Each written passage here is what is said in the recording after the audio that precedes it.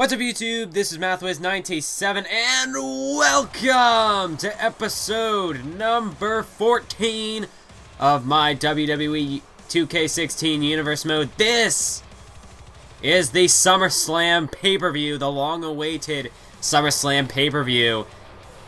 And we have a star-studded match card set for you. Before we even get this thing started, if, for some insane reason, you don't want to watch the whole show, down in the description below there will be a link to all the different match times. Say you want to skip ahead to one of our open challenges tonight for the United States or the Intercontinental Championship.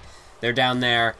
Maybe you just want to move on to the main event, the match that is a year in the making, CM Punk versus Daniel Bryan. That's down there in the description.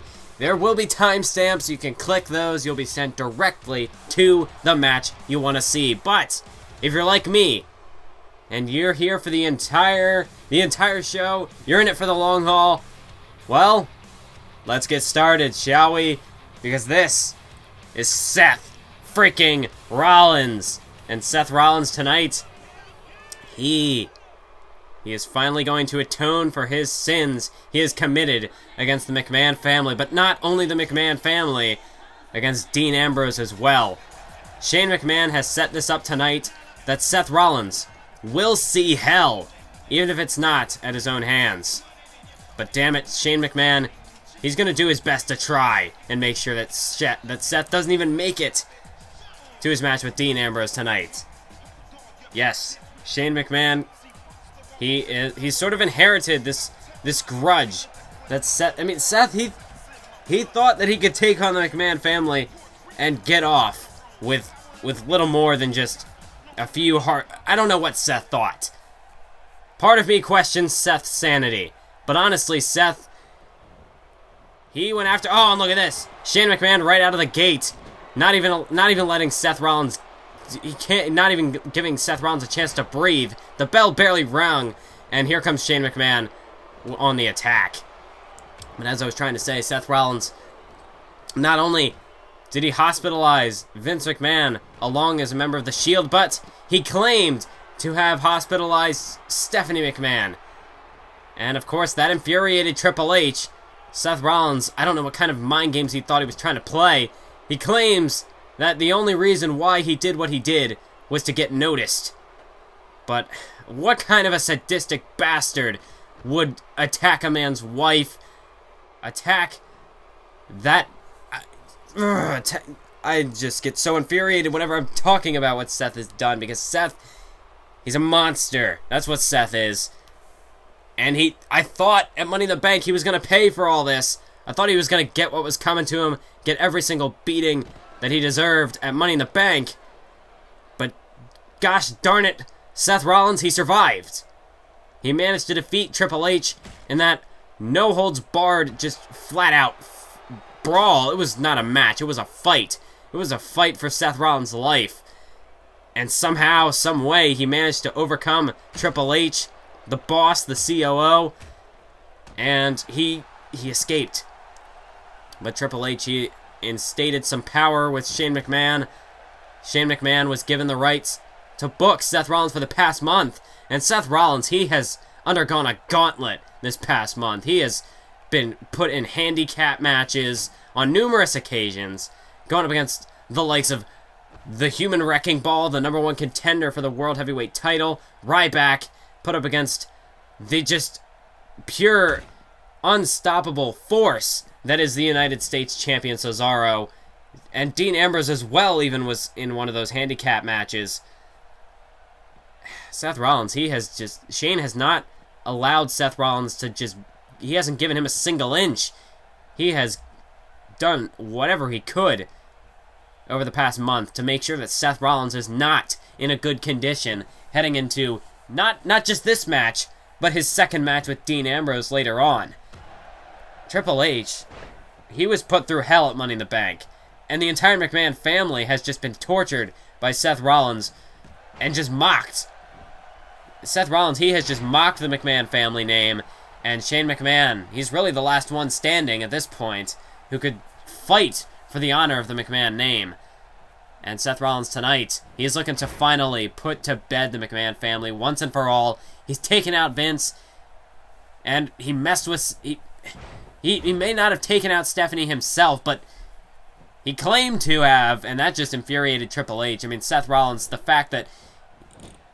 Like, I can understand, I guess, taking out Vince McMahon. Vince McMahon, he's not the nicest of guys, and he's certainly not a saint, but to...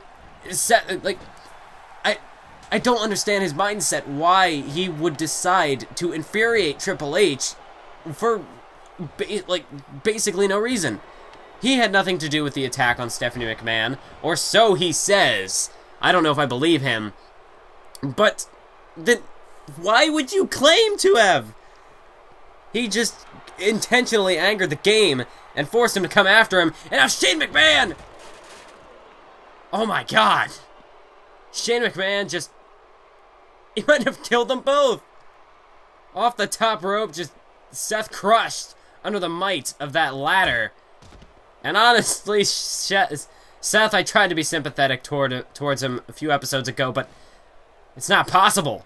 Seth deserves every single ounce of pain, every move that's inflicted against him. He deserves it.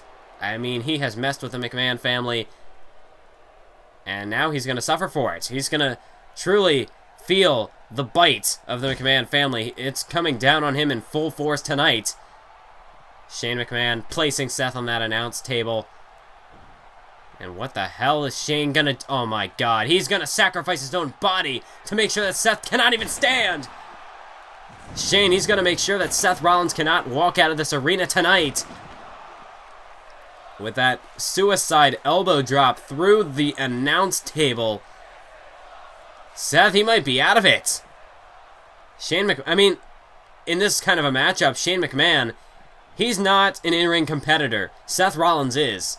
Shane McMahon, he needs this match to be quick, and he needs to utilize every ounce, use as much impact in these earlier moments as you can. But somehow Seth keeps himself alive. And this is the difference between Seth and Shane. Seth, he's a regular competitor. He's in that ring on, at the very least, a weekly basis. Shane McMahon, he hasn't competed in years. He has never competed in Universe mode. Shane McMahon, no doubt he's been training. He's been training for this, but that can only get you so far. Seth, he has been competing for years in that ring, non-stop. He hasn't missed a day. And Shane McMahon, how is he supposed to compete with Seth? Seth is one of the most gifted athletes on the roster today. Shane McMahon, he needs this to be quick. He can't afford to let Seth Rollins gain control at all, or drag this out. And a superplex! Superplex by Seth Rollins. And that could be it. Into the cover. And no! Whew. Wow. That was almost 3 right there.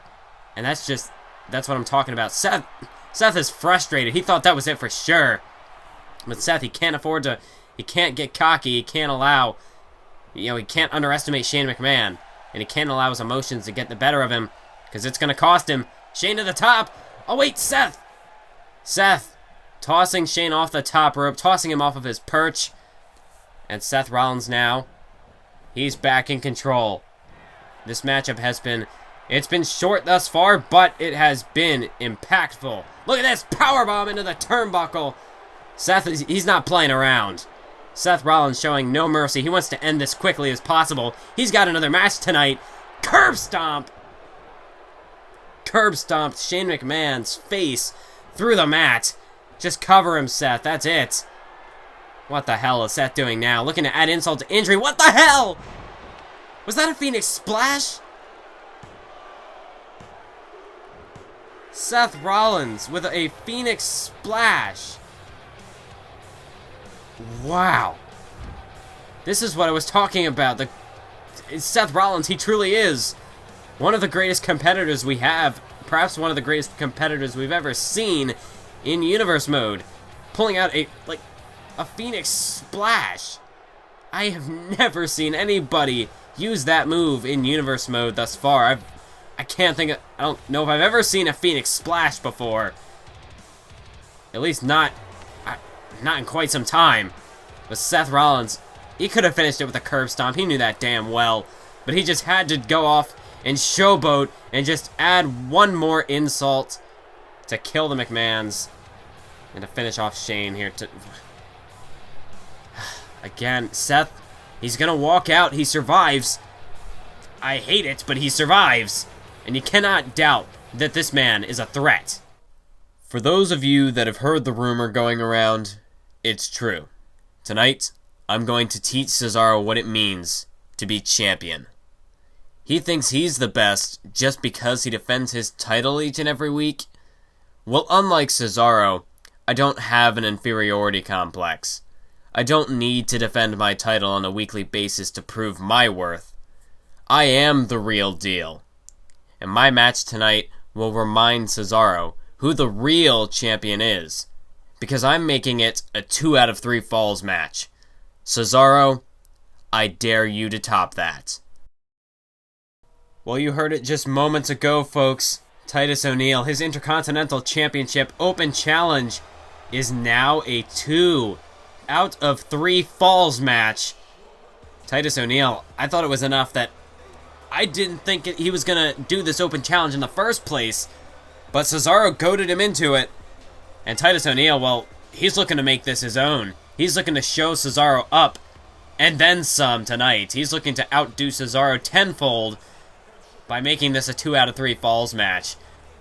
Titus O'Neil, I mean, you gotta be honest. Cesaro, while he does go out there and issue these open challenges week in, week out to prove that he is the man, Titus O'Neil, he doesn't feel that he has to do that on a weekly basis.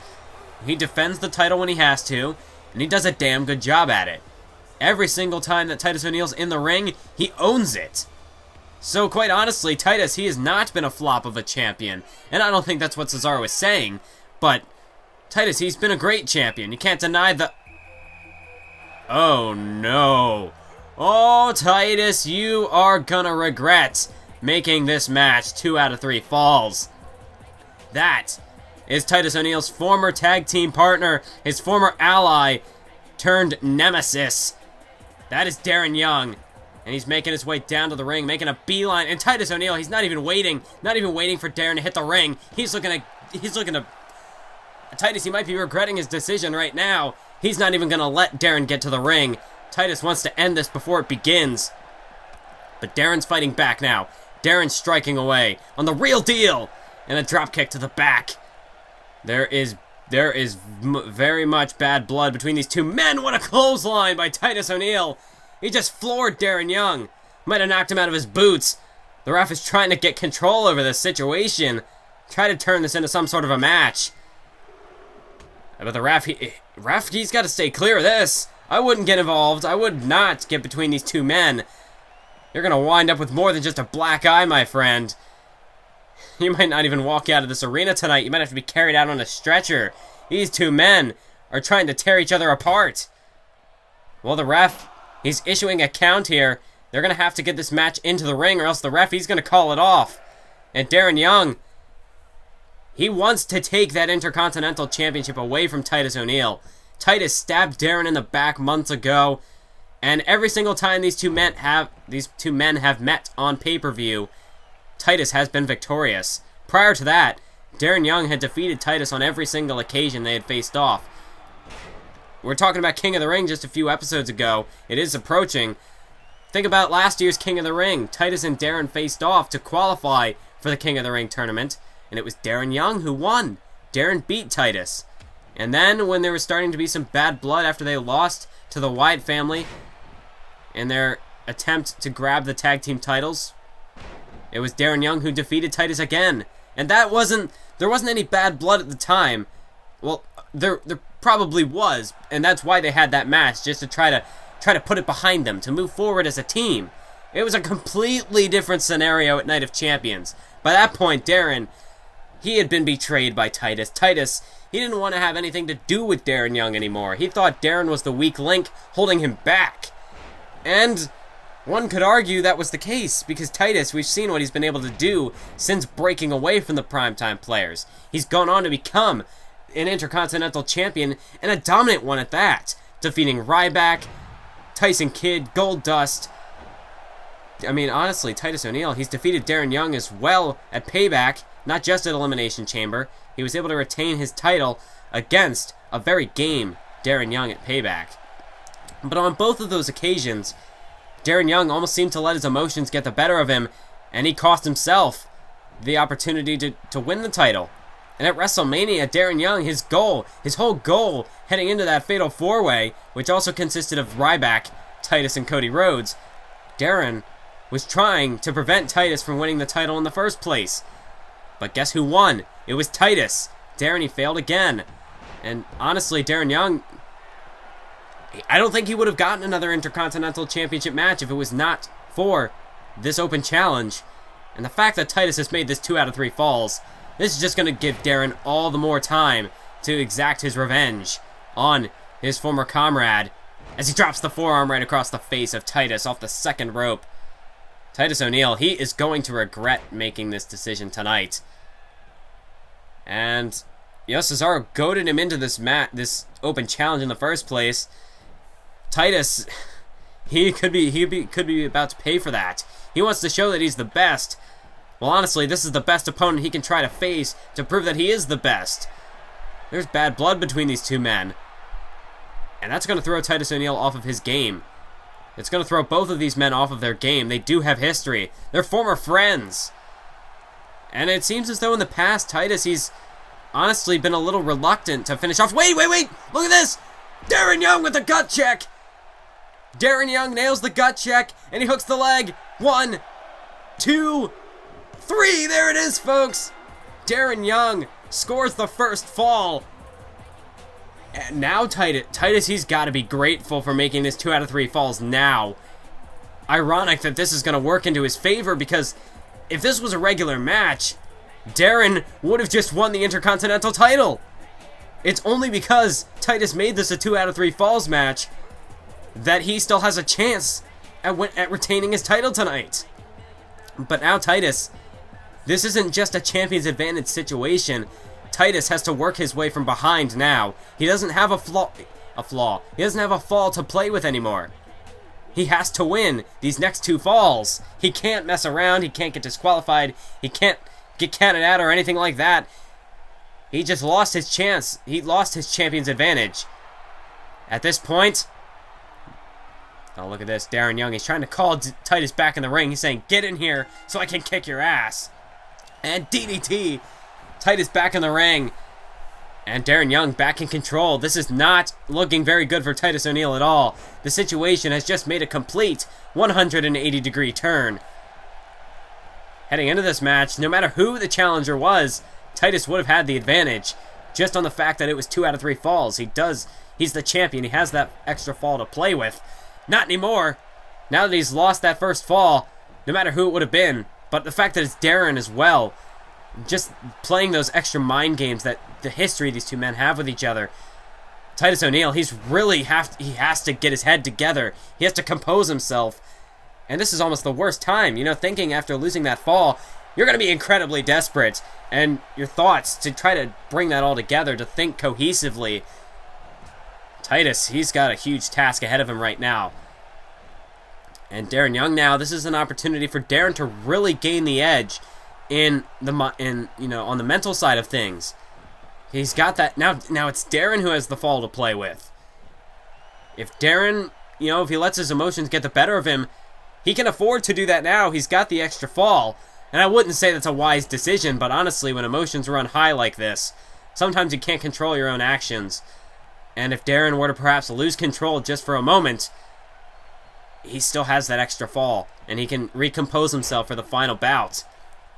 But right now, Titus O'Neil, he's in a desperate situation, but even now, Titus just... Damn it, this is why I hate this guy, because he's so arrogant, but he backs it up, so I can't find much fault with it. Even when he's losing, Titus O'Neil still feels as though he's in control. You gotta respect the man for that, but at the same time, it's just what infuriates me with this man. As Darren Young going to work now on the leg of Titus O'Neil. Try to cut down the power of the big man. Very smart strategy by Darren Young. If it comes down to a technical fight, a technical match. This is going to be Darren Young's. It's going to be in his favor. It's right up his alley. Titus, he was always the powerhouse of the primetime players. Oh, look at this. Titus putting some of that power on display with that beautiful gutbuster. And Titus hooks the leg. 1, 2, 3. No, wait a minute. Darren's got fight left in him yet. And Titus, you can see the look of disbelief on his face. He has defeated many of his opponents with that very gutbuster. And that's the thing, Titus, he doesn't always need to use his finisher to win the match. He actually has perhaps been one of the stronger superstars in terms of move diversity. He can pull moves out of his arsenal that are able to finish. Wait. Look, this could be it. Darren with a roll-up. He could be the new Intercontinental Champion. No. Oh, my God. Whew, I need to catch my... Wow, that was almost the match right there. Titus, he almost... Oh, wait. Now it's Darren. Clash of the Titus. Clash of the Titus. And just like that, in the blink of an eye, the tides have turned. And Titus scores the second fall. Can I just take a moment to... Man. That amazing turn of events right there at the end of the second fall. Ooh, and you see right there, Titus mocking Cesaro with that deadlift gut-wrench suplex. Just blatantly mocking Cesaro. Even when Titus, he doesn't have the advantage. He's still as cocky as ever. Oh, man. Ugh. Out of breath after that. Titus, he almost got rolled up. And then in a matter of a couple seconds, he scores the pinfall. It's just like that, in a matter of moments, in the blink of an eye. If you make one mere slip-up, one tiny mistake, the mere fraction of a mistake can cost you a fall. Luckily enough for Darren, it doesn't cost him the match because he already had the advantage. But now it's even. It's even at one apiece. But this still is different from a traditional title match. Because it's 2 out of 3 falls, Titus, he does not have the champion's advantage anymore. If he gets disqualified or counted out, Darren wins the title regardless. Darren has already pinned Titus, and because it's 2 out of 3 falls, Titus cannot lose this fall. Darren back in the ring, but Titus not even... Now, come on. That's something I cannot respect him for that. I cannot applaud him for that. I understand that's what a champ has to do when you're in this desperate situation, but Darren allowed Titus to get back in the ring. Titus, he's like, nuh-uh, we're not doing this. I'm going right back on the attack. But I guess that's what makes Titus an effective champion. You got to do whatever it takes to win, and I can understand that, but doesn't necessarily mean I have to agree with his methods. As he hangs Darren Young out to dry there. With that apron, that suplex onto the apron there, or apron, what am I saying? The rope. And that's going to take all the air out of the lungs of Darren Young. As Titus clobbers him with that stunning right hand. Oh, but Darren's back to his feet. He kicks Titus off. And now Darren picking Titus back to his feet. Chops him away, and now these strikes, here they come from Darren Young. And Darren fires back with a punch of his own. A bit of an eye for an eye there between Darren and Titus. And that's what this whole rivalry between the two has been all about. It's been all about vengeance, all about redeeming themselves. Another chop by Darren, and down Titus goes yet again. Darren picks him back up. Oh, and look at this. Darren now, it's time to add a little bit of flair to this one. Spins him around. Look at this. Half Nelson suplex. Beautiful move by Darren. That could be enough to put Titus away. And even Darren displaying a little bit of power. Oh, but Titus. Not even a 1 count. Titus kicks out. Well, there's a bit of mind games from Titus. But honestly, he could have used those 2 seconds to recover after that just picture-perfect half Nelson suplex by Darren Young. And that's the thing with Darren Young. He is a true technician. He's a very underrated competitor in that ring. You might not think, you look at his size and you might not think that he really packs a punch, but Darren Young, he can hold his own with some of the best. Titus with the elbow drop off the second rope, hooks the leg. 2, 3, no! Darren gets the shoulder up, and Titus now. Well, Titus, he's livid at this point. Darren Young has already pushed him this far. Titus O'Neil, perhaps that ego of his is starting to subside and he's giving in to the rage. But he cannot do that. He cannot allow his rage to take over. Because if he gets blinded by rage, he can... it's that much easier to make a mistake. Oh, Darren kicks him in the leg. Once again, targeting that leg of Titus. And a drop kick. Staggers the big man, drops him, takes him off his feet. Darren Young, forearm shot to the face.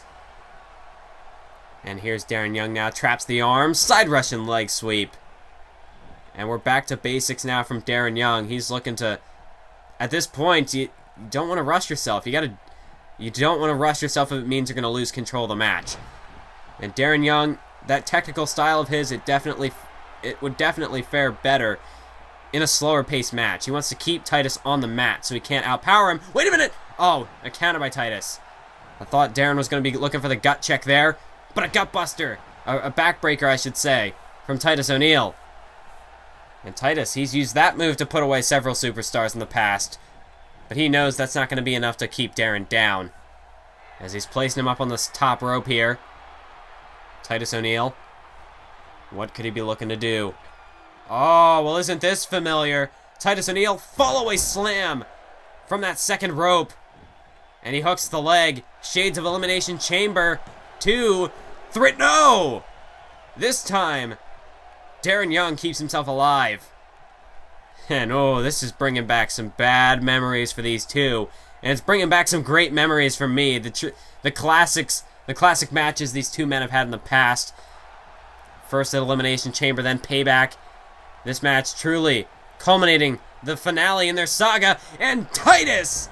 He's looking to go out with the last laugh. Clash of the Titus. It's over. Titus O'Neil, he's going to walk out yet again with the win. But damn it! Again, letting his ego take over as he hooks the leg. 2 count. 3. Oh, wait! Not so fast! Darren Young's back in it! And Titus O'Neil, he's in as much disbelief as I am. Titus O'Neil, I mean, just look at this, pummeling away at Mr. No Days Off, and that's why they call him Mr. No Days Off. He puts in the work. And just when you think he's down and out, Darren kicks out. He's not done yet. And wow. You talked about the fall-away slam and just this match bringing up a lot of bad memories for these two men. I can't imagine anybody expected Darren to kick out of that. Certainly not Titus O'Neil. As belly to... No, wait. Titus able to counter. Now Darren's busted open. And that boot to the face. Especially after that elbow. Right to the top of the skull. That's not going to help Darren's case at all. Oh, and here's Titus. Another backbreaker. As he's just manhandling Darren Young now. Tossing him over his head to the mat. Titus hooks the leg again. Surely this is it. No, it's not. And Titus can't... I mean, Titus, he's beyond disbelief at this point. He's got to be wondering to himself, what the hell do I have to do to put Darren away? I've used all the moves that I've beaten him in the past with, and none of them are working. Powerbomb here, perhaps this is it? No. No, it's not. Titus O'Neil, what does he have to do? This is truly a Darren Young we have not seen before. Titus O'Neil, he's hit him with everything and more, but Darren keeps on getting up for more. Oh, wait! Darren counters the powerbomb, back to his feet, and a drop kick. Right to the leg as he chops down the big man. Darren Young picking him up. Oh, wait a minute! Now it's Darren's turn. Gut check! Gut check! Darren, if he can just get the pin, he's the new Intercontinental Champion. Darren hooks the leg. 1, 2, 3. No! Titus kicks out. I don't believe it anymore than Darren, but Titus... This isn't a fantasy, this is reality. Titus is still alive. Darren Young, you see the replay. Beautiful gut check. But still, that's not enough. Oh my god, what is it going to take to end this match? Cover again. And a kick out at 1. What? What is it gonna take?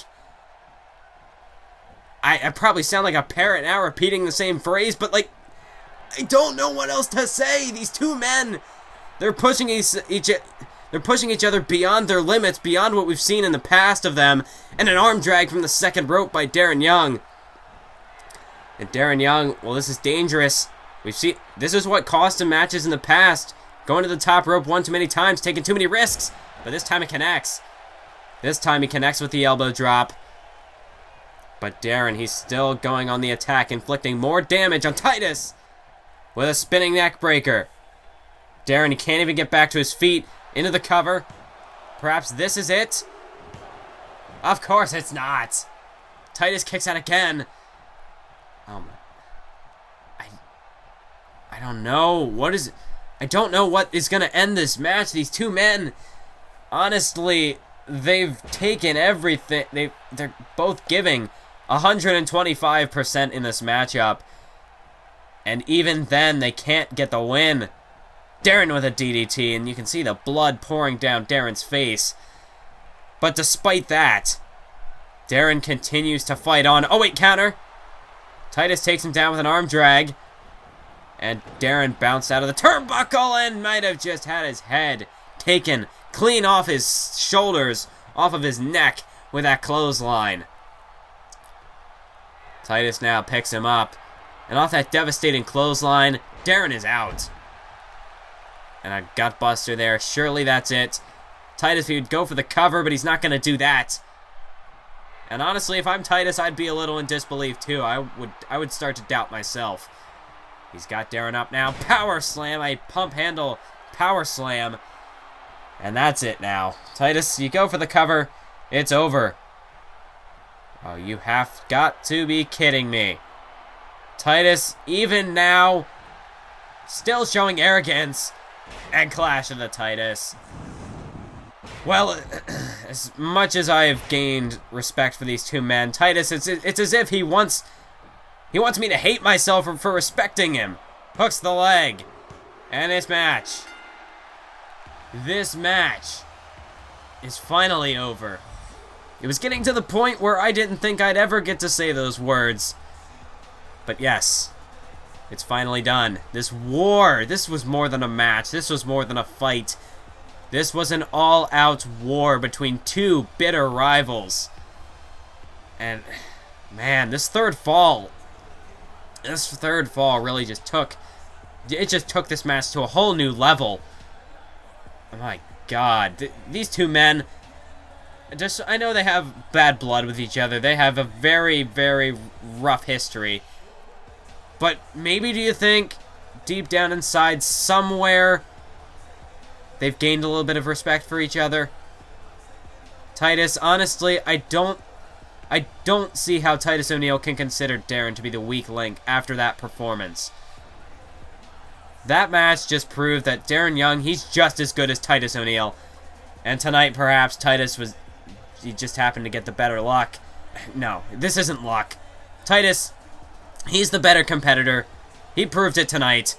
And he is one hell of a champion, and now he's telling Cesaro, well, top that. Ladies and gentlemen, please join me in welcoming the Raw General Manager, Paul Heyman. So, a lot of people have been wondering about the whole Daniel Bryan trade.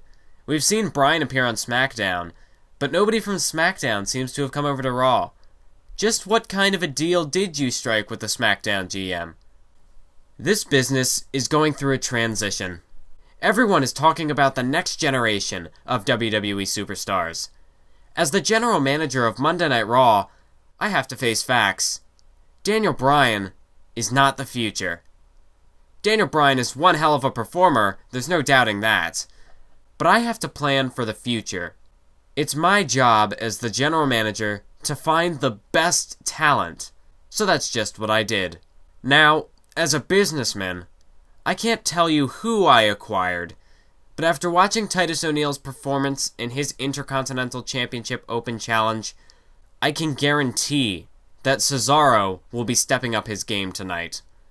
The United States Championship Open Challenge is the perfect opportunity for a superstar to make a name for themselves. If Raw's newest superstars want to make a statement, that would be the perfect time to do it. If I could ask one more question, what's your next move to put Monday Night Raw on top? Let's just say that the SmackDown general manager will be begging me to make another deal before the night is over. Bold words from the Raw general manager moments ago as we rejoin you here for SummerSlam. This is the third matchup of the evening, and we are bearing witness to the man that gravity forgot. This is Adrian Neville. And Adrian Neville tonight, he's set to go one-on-one with his arch nemesis, the man who injured him back at Over the Limit, sidelining him for 3 months with a knee injury. Adrian Neville one-on-one with Corey Graves. They look to settle their differences in the squared circle tonight at SummerSlam. Of course, Adrian Neville, this was back at Over the Limits when, after he had defeated Bo Dallas, where Corey Graves blindsided him following the match and just attacked the leg of Adrian Neville, just pinpointed in on the knee, and just, deadly submission hold applied by Corey Graves, what I believe is called the Tequila Sunrise, where he just trapped the arm of Neville and really just wrenched back on that leg of Neville. And Neville, if I'm him, he cannot afford to get caught in that submission hold tonight. It might be all she wrote. But of course, Corey Graves, that's not the only submission he has in his arsenal. No, he has quite a few submission holds at his disposal that all can target the leg of Adrian Neville. He can find several different ways to dismantle Adrian Neville and cut down his high-flying abilities.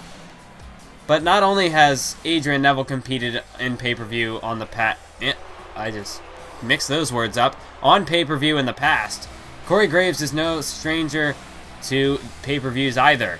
At Payback, he faced Sami Zayn in a no contest in an open challenge match, and I gotta say, Corey Graves and Sami Zayn, they really tore the house down on that night. Both men going through the announce table. But of course, Sami Zayn got his revenge earlier on this month, which really sparked the return of Neville. Graves, in typical Corey Graves fashion, zeroing in on the leg of Sami Zayn after the match. But Adrian Neville came down to the ring to make the save, and that's what really put this match into motion. Graves and Neville squaring off in the ring right now as Corey Graves takes Neville down. But yes, Corey Graves, not only did he compete at Payback, but he was involved in the Money in the Bank ladder match, the inaugural Money in the Bank ladder match here in Universe Mode. Of course, he was unsuccessful. He did not score the win, but he did have a pretty good performance in that ladder match. At one point, it seemed as though Corey Graves was about to get his hands on the briefcase, but he was interrupted. He was cut off by Cesaro. As Corey Graves, he suckered Neville in there. Neville sprawling over the top rope to the floor. And Corey Graves now just slamming Adrian Neville stomach first into those steel steps. And Corey Graves now throwing him into the barricade. This is the type of style you expect to see from Corey Graves. Very slow, very methodical. And now he goes to work, attacking the leg and the knee of Adrian Neville. And look at this. Speaking of those submission holds, here's one right now. An Achilles tendon lock. Really just going to work on Neville early, trying to cut down Adrian Neville. He can't allow him to pick up the pace to go to that top rope and get moving. And again, just throwing Neville into those steel steps. Referee up to an 8 count. 9 now. Neville, he's got to get back in the ring. And he does. Neville just barely avoids the count out there. As Adrian Neville now, he's firing back with some strikes of his own. But a counter by Graves. And Graves with a belly-to-belly suplex sends Neville flying overhead. It's Corey Graves. He is quite the submission specialist. And this is only, I've only mentioned, the many ways he can assault the leg. That's not all Corey Graves can do. He does have some very devastating moves in his arsenal, like that backbreaker that he's used in the past. And as well as that, he's got many other submission holds in his arsenal that target more than just the leg, as Graves right now. Obviously, the leg is his specialty. That's often what Corey Graves likes to target. Try to set up his patented Lucky 13 submission hold. Although, that Tequila Sunrise is also something you cannot afford to play around with. Look at this. Corey Graves really wrenching back now on the leg, the ankle of Adrian Neville. Look at this. The body's not meant to bend that way, folks. Neville, he's practically on his head right now when Graves just pulling back on the leg, the ankle. Just look at the amount of torque, amount of tension that's being placed onto the knee of Neville right there. Graves, he's a brawler. You know, he's very Smash Mouth style. Neville counters, and Adrian Neville takes him down with a head scissors, sending Corey Graves face first into the mat. And here's Adrian Neville now. Good opportunity for Neville to strike with a kick right to the lower back of Corey Graves. And Neville with a standing shooting star press. That's what he's got to do. He can't show any sign of weakness in this match tonight. He's got to fight through the pain. Although Corey Graves, obviously, Neville, he was injured by Graves. Graves, he knows where to target Neville. He knows his weak spot. So honestly, Neville, there's not too much he's going to be able to do to, you know, make... wait a minute. Oh, what a kick to the back of the head of Corey Graves. As I was trying to say, Adrian Neville, there's not much he's going to be able to do to keep Corey Graves from attacking that leg. Obviously, that's the weak point that Corey Graves knows to go after. As Adrian Neville, though, is still flying around the ring, but how much longer is he going to be able to keep that up? As Neville's off the top. Oh, look at that. He went for a springboard 450 splash by the looks of it.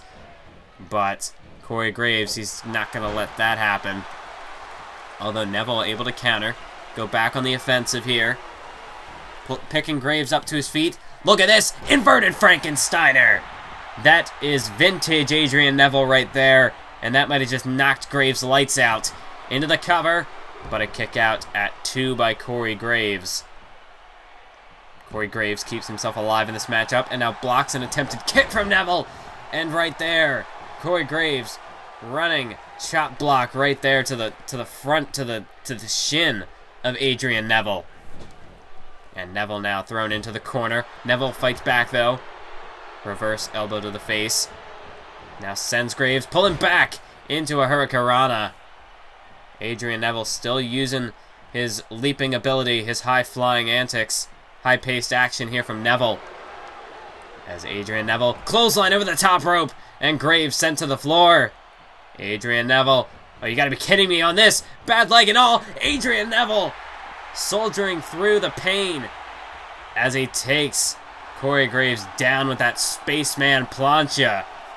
Absolutely beautiful move by Neville. Poetry in motion. Oh, but Graves pulls him back into a knee. Right to the gut. And Corey Graves now, again, throwing Neville into those steel steps.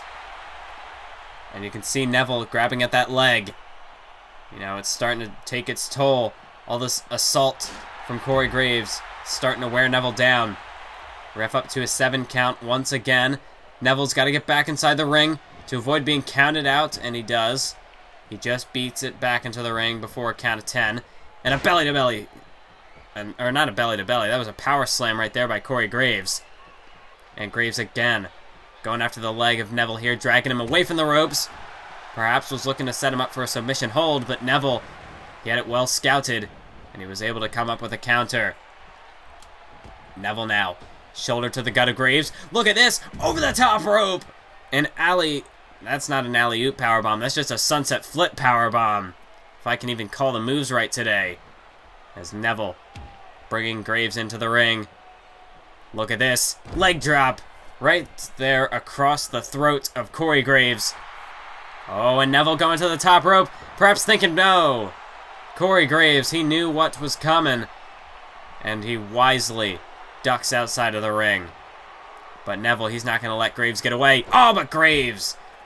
Once again, the master manipulator, Corey Graves, suckers Neville in, and then trips out the leg, and now slams him skull first off of that steel ring post.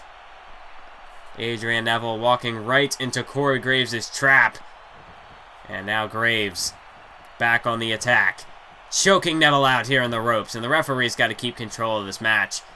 He can't allow Graves to use chokeholds like that. There's Corey Graves now. He takes him down. Oh, wait a minute. We've seen this before. There it is. The Tequila Sunrise. And Adrian Neville, he's caught center of the ring. Neville nowhere to go. He could be forced to tap out here tonight. This is the same move that Graves used at Over the Limit to tear apart the ligaments, the joints in Neville's knee here. But this time Neville, he's not tapping out. He's refusing to submit. But Corey Graves, that's not enough for him. He's not satisfied yet. Breaking the hold. And now going back to work on the knee of Neville, stomping it directly into the mat. Corey Graves, relentless right now in his assault. Scoop slam, taking Neville down. Corey Graves now flips him over once again, looking to go back after the knee of Adrian Neville. Oh, but Neville, again a boot to the face with a good leg. And he's able to fight him off, but Graves back at him with a float over DDT. Corey Graves. It is all Graves right now. And speaking of that backbreaker, I mentioned it earlier. There it is! Dropping Neville right across the knee. And Corey Graves, well, tattooed on his knuckles, stay down. And he's looking to make sure that Neville stays down tonight. Into the cover, forearm across the face, but Neville. Well, Graves, he took that moment to pose, trying to play mind games. Neville counters back with mind games of his own, kicking out at 1. And that only infuriated Corey Graves. Graves, what could he possibly be thinking here? Oh, we've seen this in the past, but not from Corey Graves. DDT onto the apron. And that might have just knocked Adrian Neville's lights out for good. Look at this. Boom! Planting him, skull first, onto the hardest part of the ring there.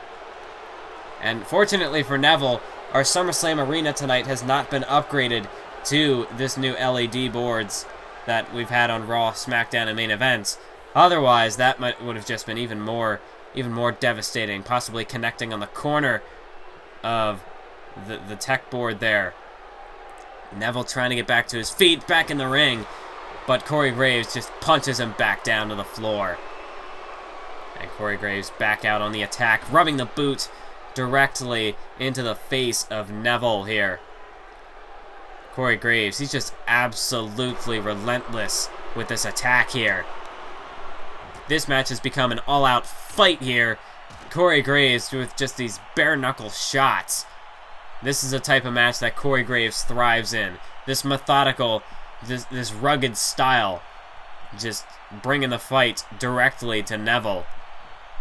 And not allowing him to fly around that ring as he tosses him away. Oh, Neville counters. And now a hesitation by Neville, and he faked Corey Graves out there. Then attacked him right across the back. Went for a flying forearm, but his face bouncing off the turnbuckle. And Graves again. That running chop block. Back again to the knee, the shin of Neville. And Corey Graves, well, whatever he was going for, Neville blocked it. Delivered a kick to the gut. And now a roll-up here, but Graves, his hands reaching out under the bottom rope. The referee saw it. That is a rope break. Neville, perhaps trying to catch Graves off guard, but it backfired. And now Corey Graves backing Neville into a corner here, placing him up on the top rope. Oh, and this is a very dangerous spot for both men. Look at Graves! Corey Graves with a Hurricanrana off the top rope. Oh my, that's not something we typically see from Graves. He's not much of a high flyer.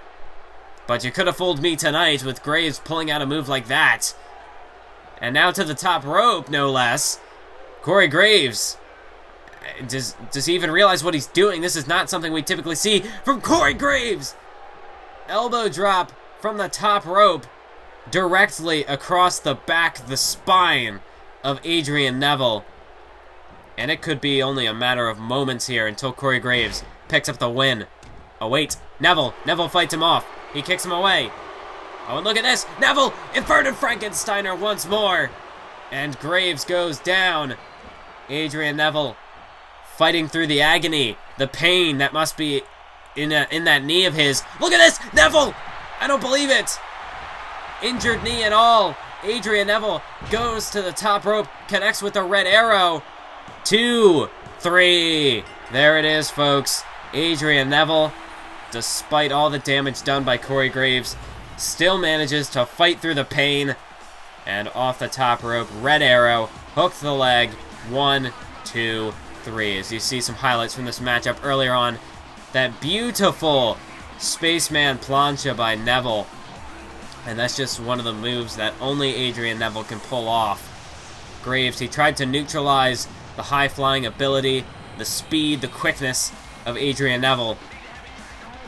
But still, nonetheless, Adrian Neville able to utilize some explosive offense. And he was just able to pull this one out with a win. Neville picks up the W with this, the red arrow. You gotta set your watch later playlist for this one. Perhaps even your favorites. Look at that. Beautiful move by Neville. And that's a move that only this man can pull off. That's why they call him the man that gravity forgot. Adrian Neville, he's truly one of a kind. And he manages to get the job done against Corey Graves tonight, vanquishing his arch rival tonight at SummerSlam. Monumental victory in the career of Neville. He finally gets to put this demon behind him. And now it's only time for Neville to move forward. Breaking news here tonight at SummerSlam, just revealed moments ago from the United States champion Cesaro. He stormed into Paul Heyman's office and demanded that his open challenge tonight be changed to a championship scramble match.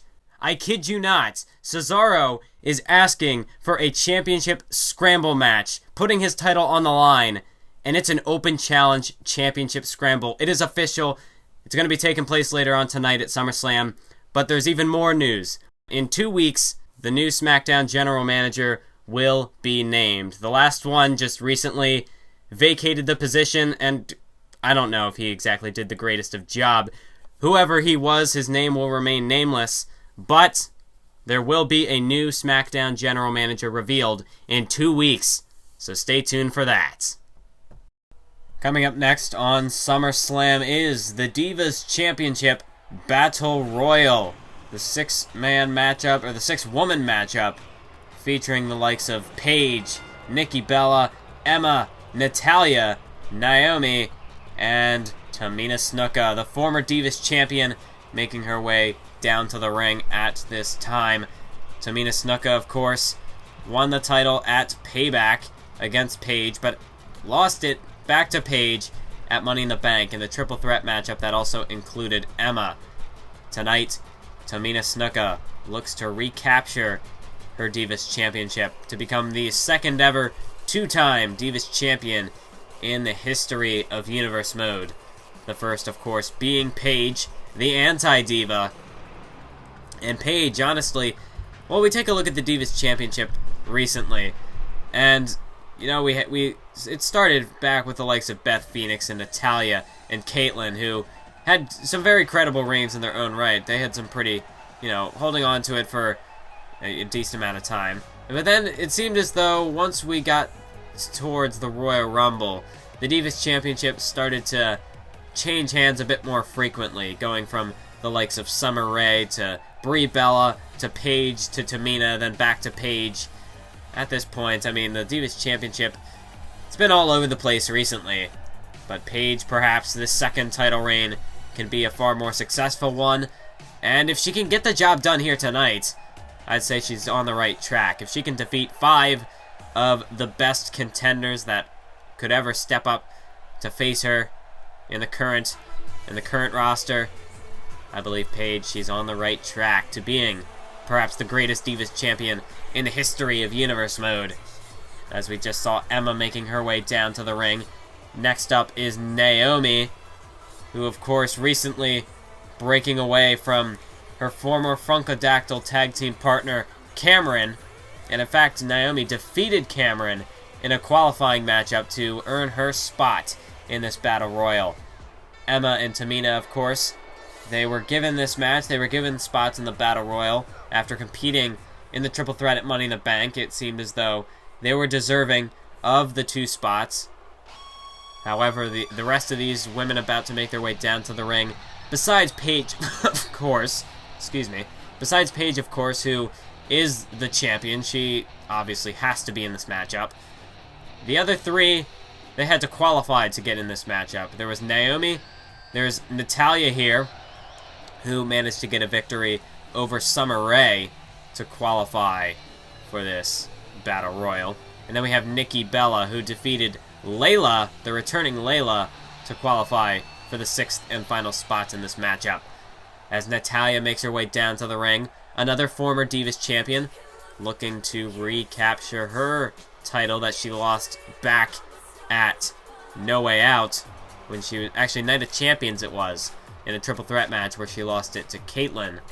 So Natalya, it's been a while since she had her last Divas Championship reign, almost a full year, but tonight at SummerSlam, she could get the job done.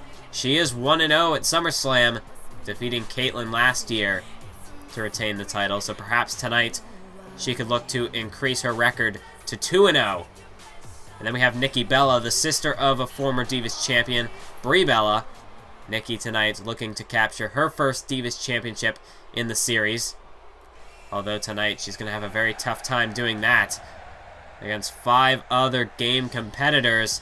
One of them being this woman, the current WWE Divas Champion, Paige. And Paige, I gotta say, she's been very impressive in the ring since her debut.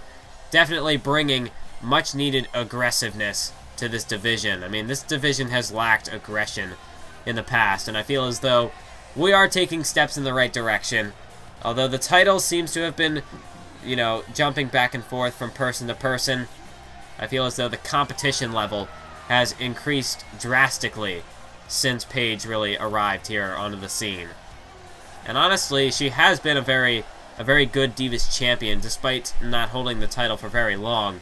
She has managed to increase the level of competition in this division to new heights. And just look at this matchup tonight. She's defending her title against 5 other women. Definitely goes to show that there are a lot of challengers looking to step up and capture that Divas Championship, looking to take the top spot in the Divas division. As right now, we have Tamina going after Paige, renewing their rivalry. Natalya and Naomi squaring off, Nikki Bella and Emma going at it. And of course the Bellas have a bit of a gripe with Emma. Brie Bella feeling as though Emma should not have just been given this opportunity, that she should have had to qualify as well, and that Brie Bella not getting a qualifying matchup is a travesty, because she is a former Divas champion. But as you can see, Emma, well, Nikki thought she had her eliminated, but Emma skins the cat, and she's back in this thing. Nikki Bella now looking to eliminate the Divas champion, Paige. Paige could be the first one eliminated in this match, but she manages to fight her way out of it. Now it's Emma looking to go for an elimination on Tamina. Paige now attacking Nikki Bella, Naomi and Natalya still squaring off.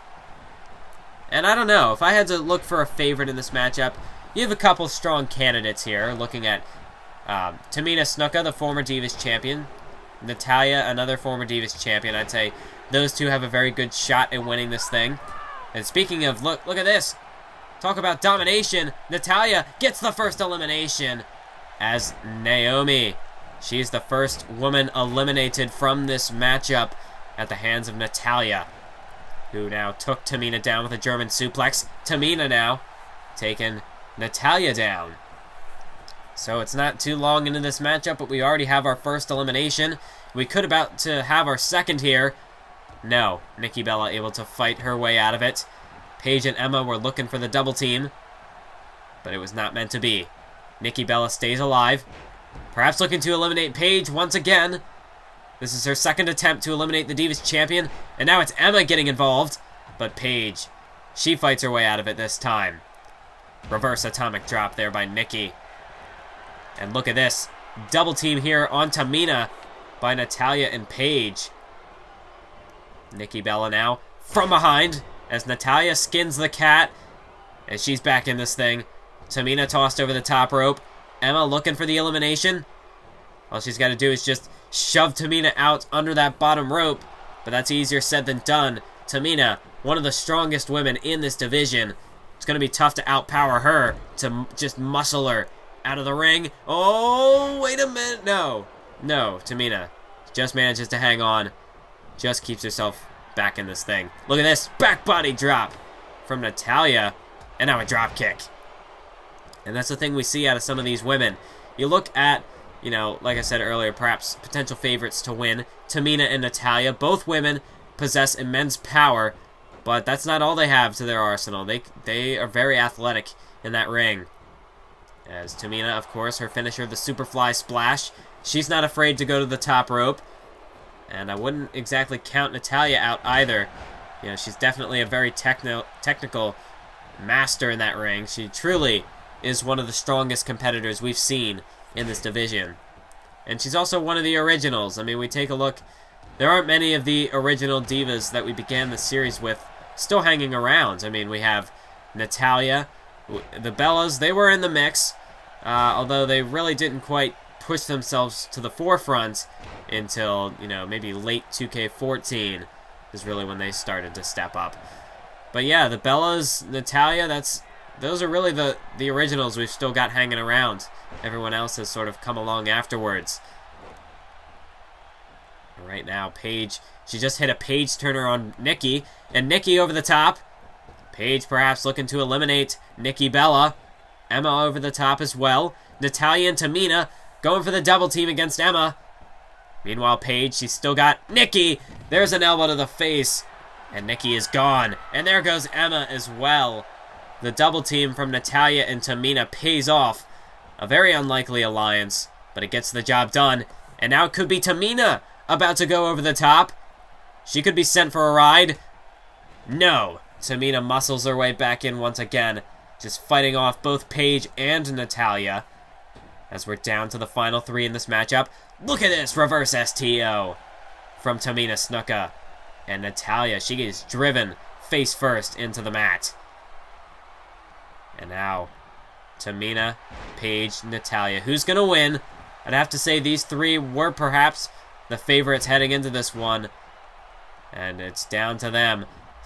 All women in this matchup now either are or were former Divas champions. As look at this, Tamina looking to eliminate Natalya. Paige, a very smart move, watching on. Not, avoiding getting in the action. Look at this, a super kick by Tamina. May have just taken Natalya's head off. Oh, and wait a minute. Look at this. Rampage connects.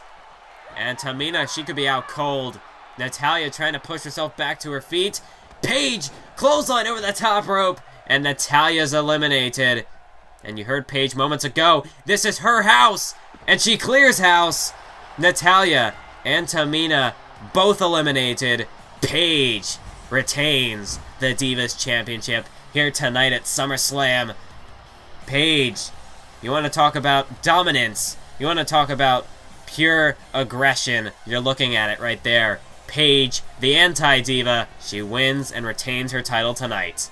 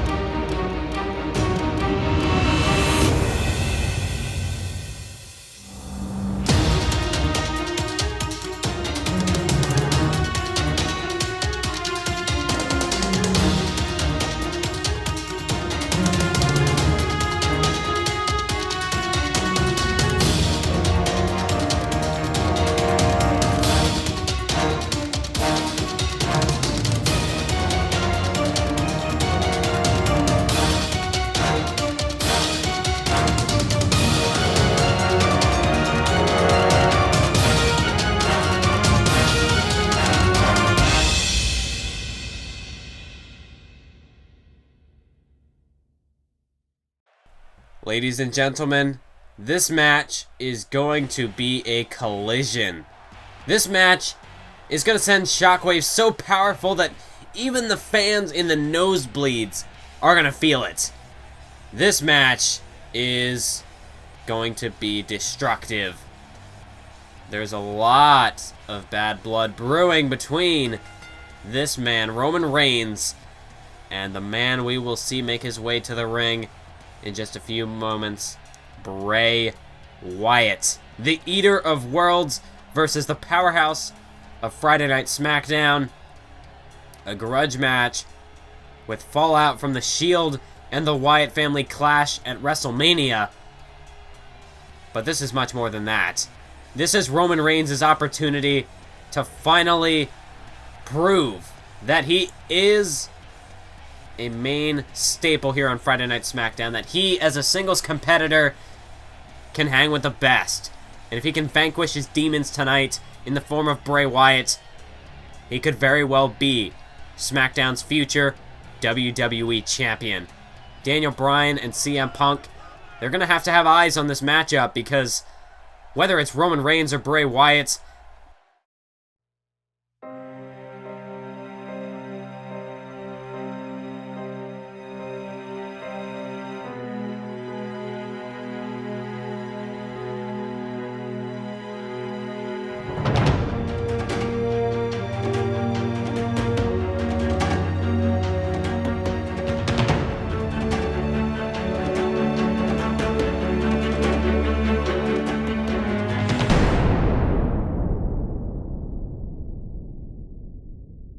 and speaking of Bray Wyatt, the devil cuts me off again! Come on, Bray, really? Why you gotta be cutting me off every single time you make your entrance? I'm just trying to do my job, man. But anyways, as I was saying, Bryan and Punk, whoever wins the WWE title tonight, better keep their eyes very closely attuned to this matchup, even if it's not live, because I'm sure right now they're back somewhere training, preparing for their match, but definitely want to get eyes on this matchup, because whether it's Roman Reigns or Bray Wyatt who walks out the winner, both of these men are going to be threats.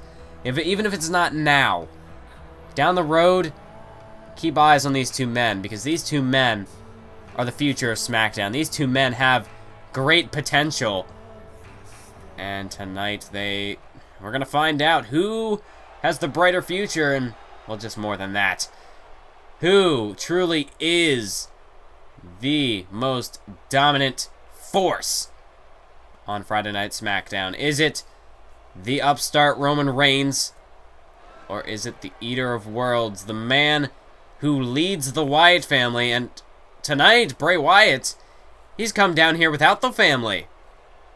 I gotta say, I'm a bit surprised about that. I thought for sure the Wyatt family was gonna be present tonight. But Bray Wyatt, tonight, he's going to show Roman Reigns, well, he's going to show him that he's the Eater of Worlds, of course. We've already addressed that, Bray. But he's going to show Roman Reigns that he can defeat Roman Reigns on his own. And honestly, we saw what happened with the Shield and the Wyatt family. It became very clear that the Shield as a group was truly far more dominant than the Wyatt family. And it was eminent in the ending of the match. And it was Roman Reigns who speared Bray Wyatt to pick up the victory for the Shield. I mean, Bray took a triple powerbomb. Bray and the Wyatt family, they honestly, while they put up a hell of a fight, they just weren't a match for the Shield at that point. The Shield, I mean, the Shield has been the most destructive unit that I can think of in universe mode to date. And that's been very clear, that the Shield, they've defeated legends. They've defeated the top superstars in terms of technicality, in terms of speed, in terms of power. The Shield has just decimated every foe that came their way. And the Wyatt family, they have, you take a look at Harper and Rowan, former tag team champions, the longest reigning tag team champions, tied with Ryback's Intercontinental title reign for the longest championship reign in universe mode. And then there's Bray Wyatt, the mastermind behind it all. It's not too often that we've seen Bray compete in the ring. But on the very few occasions in which he does step in the ring, you know that Bray means business, and that Bray is going out there to not only just play his mind games, to be the master manipulator. Oh my. Okay, remember how I said the Wyatt family weren't here? That Bray didn't bring them to ringside? Well, that's only half true. The Wyatt family are up on the ramp. So I was wrong. The Wyatt family are here, just not at ringside. Okay, I don't know how I feel about this match now. I was thinking, well, maybe Reigns, without the Wyatt family at ringside, without the Wyatt family present at all, Reigns would have had far more of a chance of defeating Bray Wyatt, but I don't know. That numbers game is definitely going to play a factor. Even if the Wyatt family doesn't get physically involved in this matchup, although it is no disqualification, so you never know. The option is definitely there that the Wyatt family can get involved in this matchup, should Bray need them to, and should Bray want them to. But I don't know. Reigns, I feel like if this was a singles matchup, he would have had far of a better opportunity as Bray launches himself. Beautiful cannonball, and Reigns, that's got to crush his ribs, his lungs. Take all the air out of him. And Reigns, he's got to be struggling to breathe now after that move. But Bray Wyatt, Bray, he's not even going to let Reigns catch his breath. Even if Reigns was trying to. Bray right there with that running senton, but Reigns kicks out. Reigns keeps himself in the matchup. But now that the Wyatt family's here, even if they don't get physically involved in the matchup, their presence alone is going to be enough to throw Reigns off his A-game. As Reigns now looking to hip toss Bray. Oh, wait, counter! Or I should say more of a gut-wrench suplex, but doesn't matter what the move was. Bray blocked it. And now going on the attack as he's got him up. There's a suplex toss. Reigns just manhandled like a child, like a rag doll. Bray Wyatt. Look at this, now a side suplex. Dropping Reigns nearly on the back of his head. And let's get a replay. Just look at the force. The lung-crushing force behind not only that cannonball dive, but the running senton as well. Roman Reigns, you know, when you can't breathe, there's no way you're going to be able to put up a fight. Especially not against a demon like Bray Wyatt. Roman Reigns backbreaker as he takes Wyatt down. And again, there's the Wyatt family. So far, they're not making a break to the ring, and I hope it stays that way. The Wyatt family, they can keep their distance. I don't want them anywhere near me or this match. But now Bray Wyatt. What the hell is Bray gonna do? This isn't something we normally see from Wyatt. A diving shoulder block from the top rope. I wouldn't peg Bray to be a high flyer. But in a match like this where there's... I guess Bray's got to do whatever it takes. Now an exploder suplex. And Reigns could be out of it right now.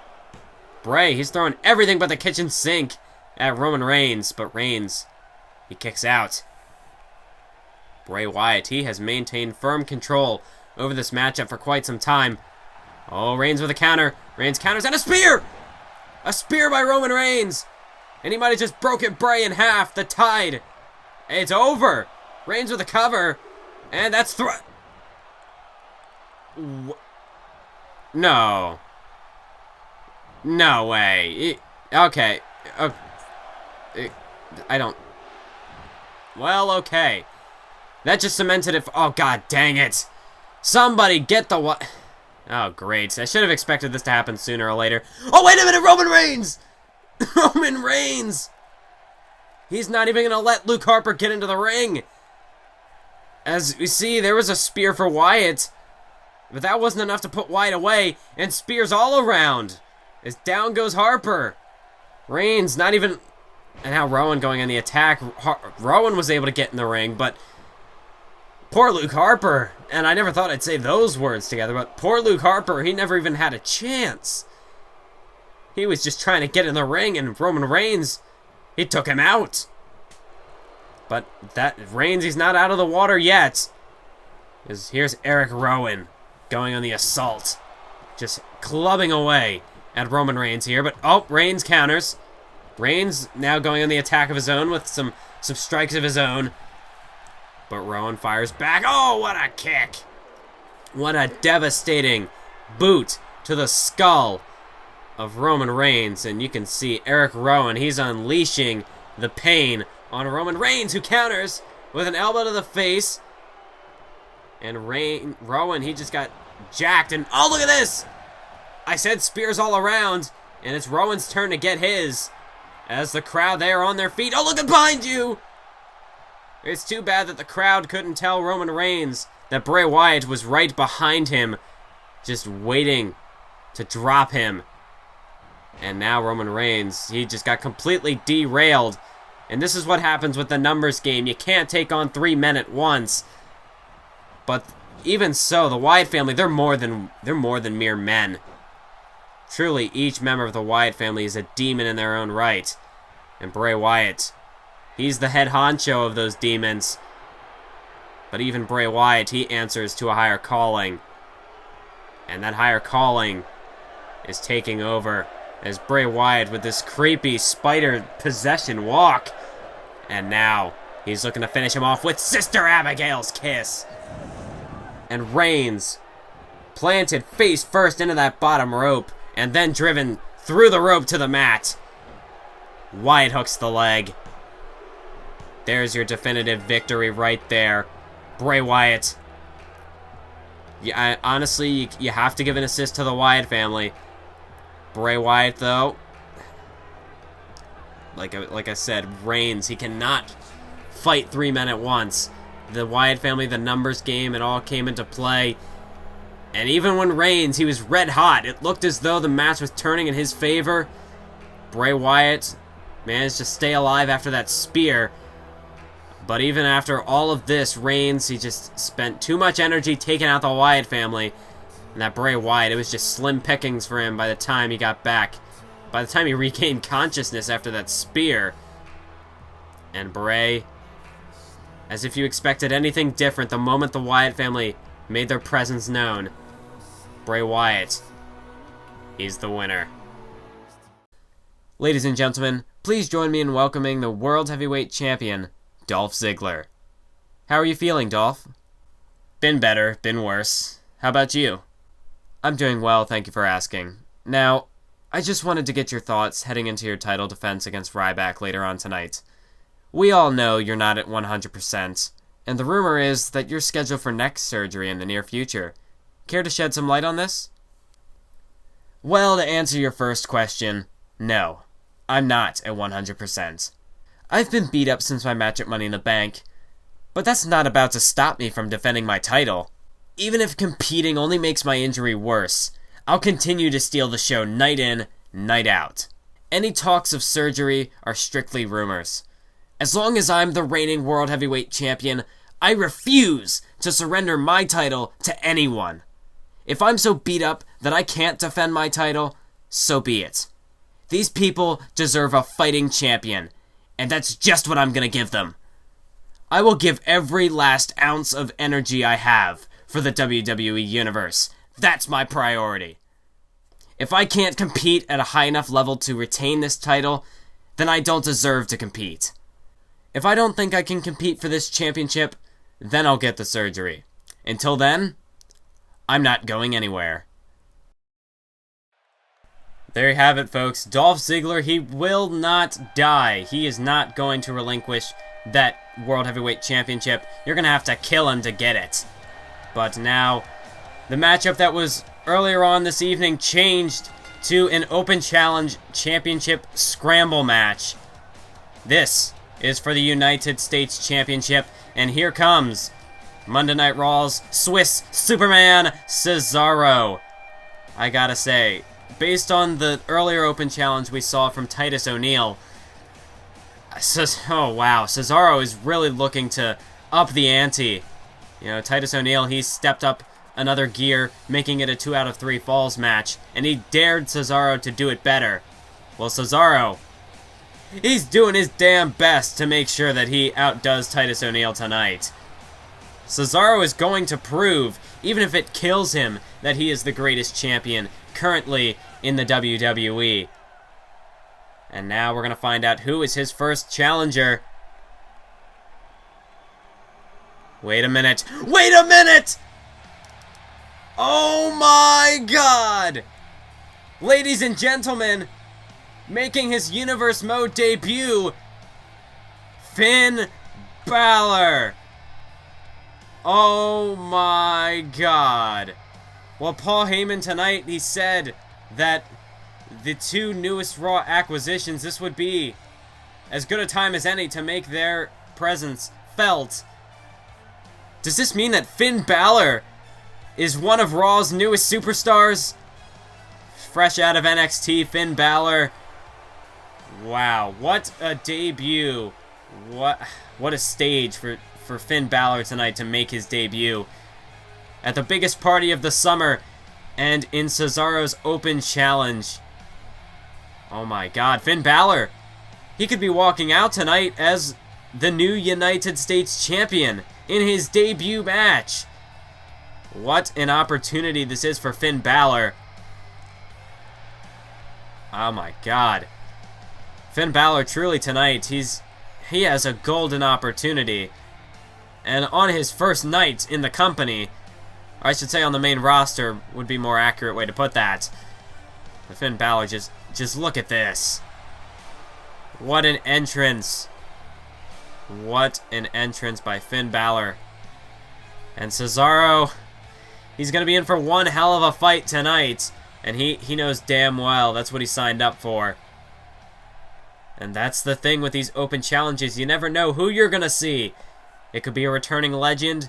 It could be one of the top superstars on the roster. It could be somebody who's not even on the roster. And tonight, it's Finn Balor. Finn Balor, he's just... think about it. This is only the first superstar that's going to be involved. And in case you're new to the Championship Scramble concept, here we go. Two superstars will start in the ring. As we see, we have Cesaro and Finn Balor. A new superstar will enter every 5 minutes. Any superstar who scores a pinfall or submission will become the current United States Champion. Whoever the champion is, when the time expires at the end of the match, will become the official United States Champion.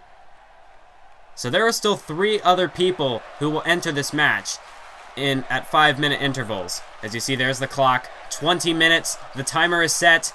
Here we go. The match is underway. And Finn Balor and Cesaro. Look at this stare down. 2 future world champions. And they're squaring off right here tonight at SummerSlam. Finn Balor blocks the shot from Cesaro. And here comes Finn Balor. Finn Balor lighting up Cesaro and dropkick, sending Cesaro over the top rope. And this crowd is loving it. And Finn Balor, he is taking in the full energy of the WWE Universe tonight. Cesaro back in the ring now. I'm marking out, guys. This is huge. And like I was saying, this is only the first competitor that's stepping up to challenge Cesaro tonight. And that's what makes this even more exciting. The fact that it is a championship scramble. We know there will be 3 other men, but we don't know who they're going to be. And that just makes this all the more unpredictable. And I'm sure that's what Cesaro... He knew damn well what he was getting into with this open challenge.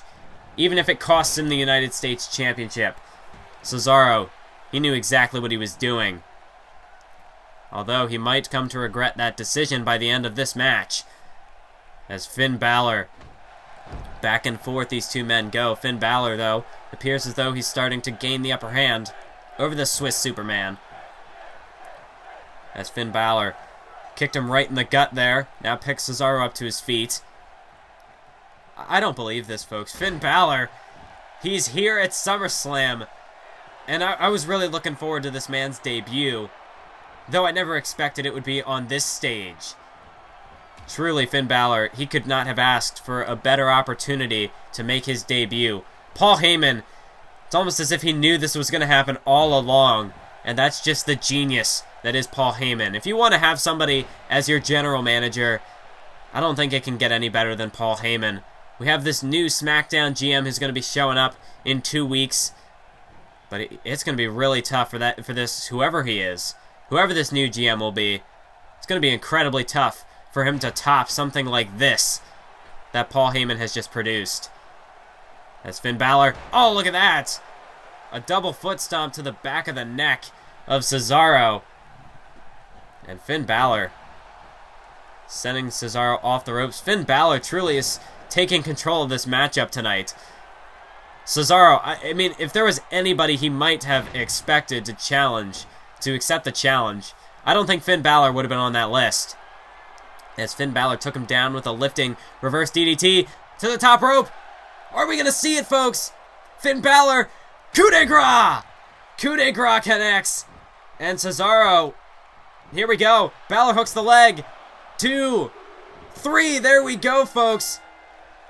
Finn Balor, he is now the interim United States champion. Though this match is not over, this is a championship scramble. The match will continue, but Finn Balor, you can see, just soaking in just this moment. Enjoy it while you can, Finn Balor. This is your debut. Enjoy it, kid. And you're the current United States champion, but there's still 16 minutes and 30 seconds to go. Finn Balor, he's going to have to fight and claw to keep that U.S. title in his grasp. And now it's Cesaro who's going to have to play catch-up. Cesaro's going to have to get back on the attack. And, you know, heading into this match, Cesaro, he didn't necessarily have to go for pinfalls because he was the champion. And even if he did do that, Cesaro, he wants to win the match. He doesn't just want to come out here and just win by default. He wants to go out there and earn his victory. And that's what he's going to have to do now. What is this? Oh, a discus European uppercut. That was just beautiful by Cesaro. Beautiful uppercut there. And another one. Another European uppercut. And now it's Cesaro who's starting to gain control here. Another European uppercut. And this is what Cesaro brings to the table. These hard strikes. These uppercuts. If you let him get fired up like this. Another uppercut. And Finn Balor, well, he could be done right now. All these uppercuts. Cesaro, if that were a normal man, he'd be unconscious. It's amazing that Finn Balor is still managed. Well, if he was of his senses, I don't think he's going to be after this. The Cesaro swing as Balor goes around and around and around and around. As now it's 3, 2, 1. Who's it going to be? Oh, you've got to be kidding me. You have got to be kidding me. First Finn Balor, and now Hideo Itami. NXT is taking over, ladies and gentlemen. Paul Heyman. Wow, the two superstars Paul Heyman has picked up for Monday Night Raw. My God, Friday Night SmackDown. You're gonna have a very, very tough task in trying to overcome this. I'm speechless right now, folks. I can barely talk. I am just in such shock at what has transpired here in the first 5 minutes of this matchup, the first 6 minutes now. As Cesaro was trying to wear Itami down there with a crossface. Oh, but now here comes Itami. This is what Itami brings to the table. These strikes of his own. I talked about Cesaro's uppercuts. But Hideo Itami, he can strike you with anything. As elbow drop from the top rope onto the back of Cesaro. But Itami, you know, slaps, punches, kicks, whatever the case is. Hideo Itami, he's going to knock you out. As that was a beautiful German suplex by Itami. Cesaro, though, takes him down with an arm drag. As Finn Balor, he's been knocked out of the ring. So now it's Cesaro and Itami, the two challengers, squaring off as there's another submission by Cesaro. A bit of uniqueness there from Cesaro. We don't typically see many submissions from him. But he's got to step up his game for a championship scramble. As there's a sit-out powerbomb by Itami. Into the cover. New champ. Not quite yet. Cesaro able to kick out. 13 minutes remain in this matchup. We still have two superstars yet to make an appearance. But, wow. the fact that, and that's the thing, when you do come out this early in the match, you have to survive the whole 20 minutes. Whereas whoever comes in with only 5 minutes remaining, they're going to be fresh as a daisy, while all their opponents are going to be worn out. Oh, wait. Here come these signature strikes from Itami as he lights up Cesaro's chest, and another spinning kick. And Cesaro goes down. Hideo Itami. Oh, wait. Finn Balor. Finn Balor's back in this thing. Oh, and now a stare down between Itami and Balor.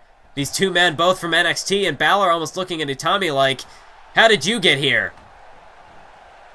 I don't know if Balor even knew that Itami was going to be here tonight. Finn Balor, he came down to the ring, making his debut, and then here comes Itami to spoil the party. And a huge kick. Oh, no.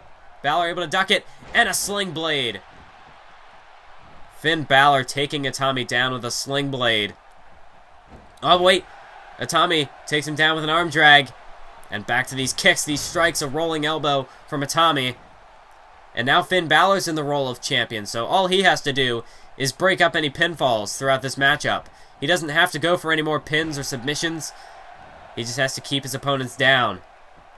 But Hideo Itami, he is taking the fight to Finn Balor right now. Hideo Itami with these strikes, just knocking his opponents loopy. As Itami now tossing Balor into the corner. And now he drops him down to the bottom turnbuckle. And Itami gains a running start. And a hesitation drop kick in the corner. Oh, and Hideo Itami, are we going to see it? Itami looking to go for the finishing blow. He's got him up. Oh, wait, counter by Balor. And a German suplex. Finn Balor taking Itami down with that German suplex. As we're just a minute away from the next entrant. Finn Balor, he's got Itami up and takes him down. Beautiful DDT there by Finn Balor. Itami just driven into the mat. And here's Cesaro. Cesaro back into it now with a European uppercut. As Balor cleared the ring. Oh, wait. Cesaro back to these submissions. Now it's a sharpshooter. And we saw Cesaro. This is how he defeated Zack Ryder in a previous open challenge just 2 weeks ago. And Balor, he's trapped. He's got nowhere to go. But Balor refuses to tap out. He's able to slip out of that sharpshooter. And, oh wait, a counter by Balor. Cesaro sent over the top. And Cesaro dropped to the floor. Finn Balor has cleared the ring. 10 seconds now to go. Who's going to be the next entrant?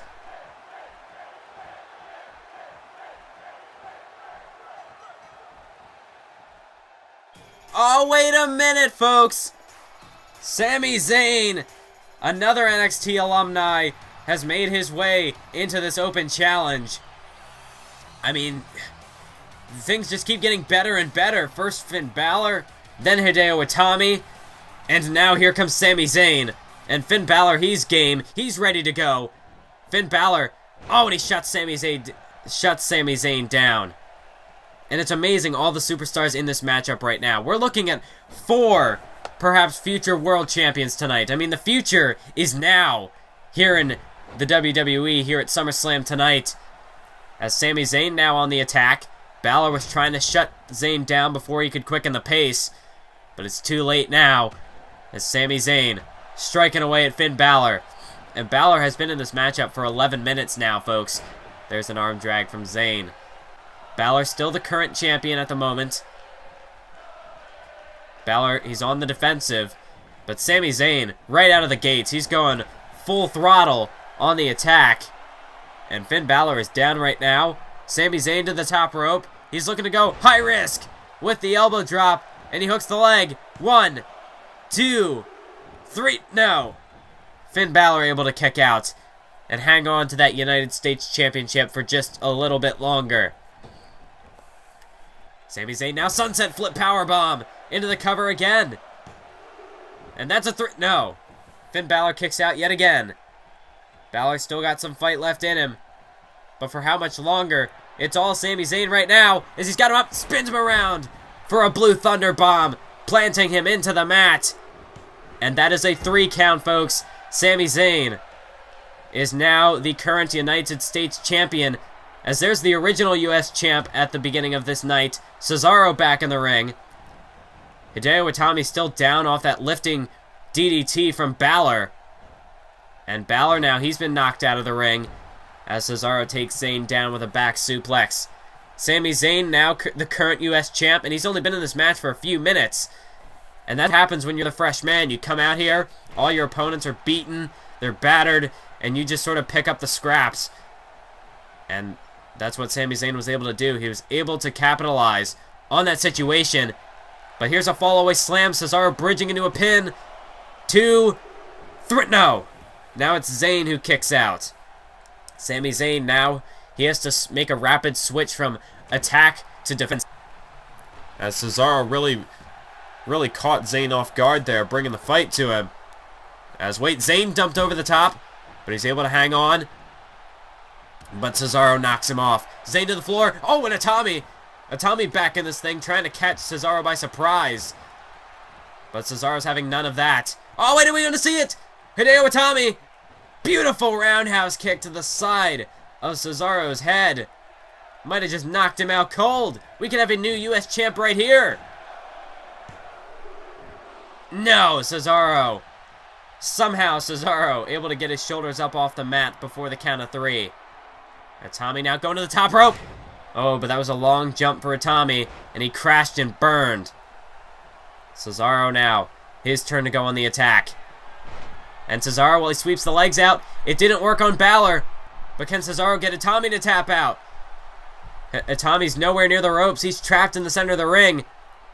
And Cesaro, he's trying to cinch in that sharpshooter. But Itami just able to slip out of it. Itami refusing to quit.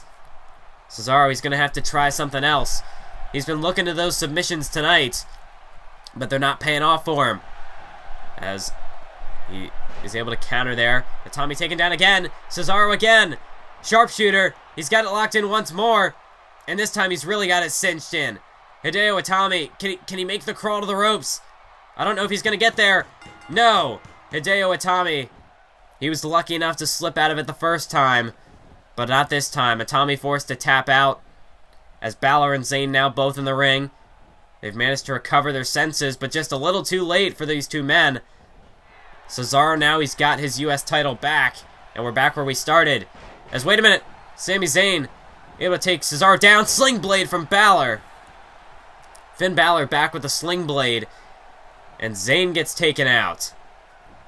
Here's Finn Balor throwing Zayn into the corner, and now lights him up with a chop, and now an enziguri. Might have just knocked him out cold. Now it's Balor and Cesaro going at it, and here we go. Who's the third? Oh man, here he comes, folks. The fifth man to this matchup. It is Heath Slater, the one-man rock band.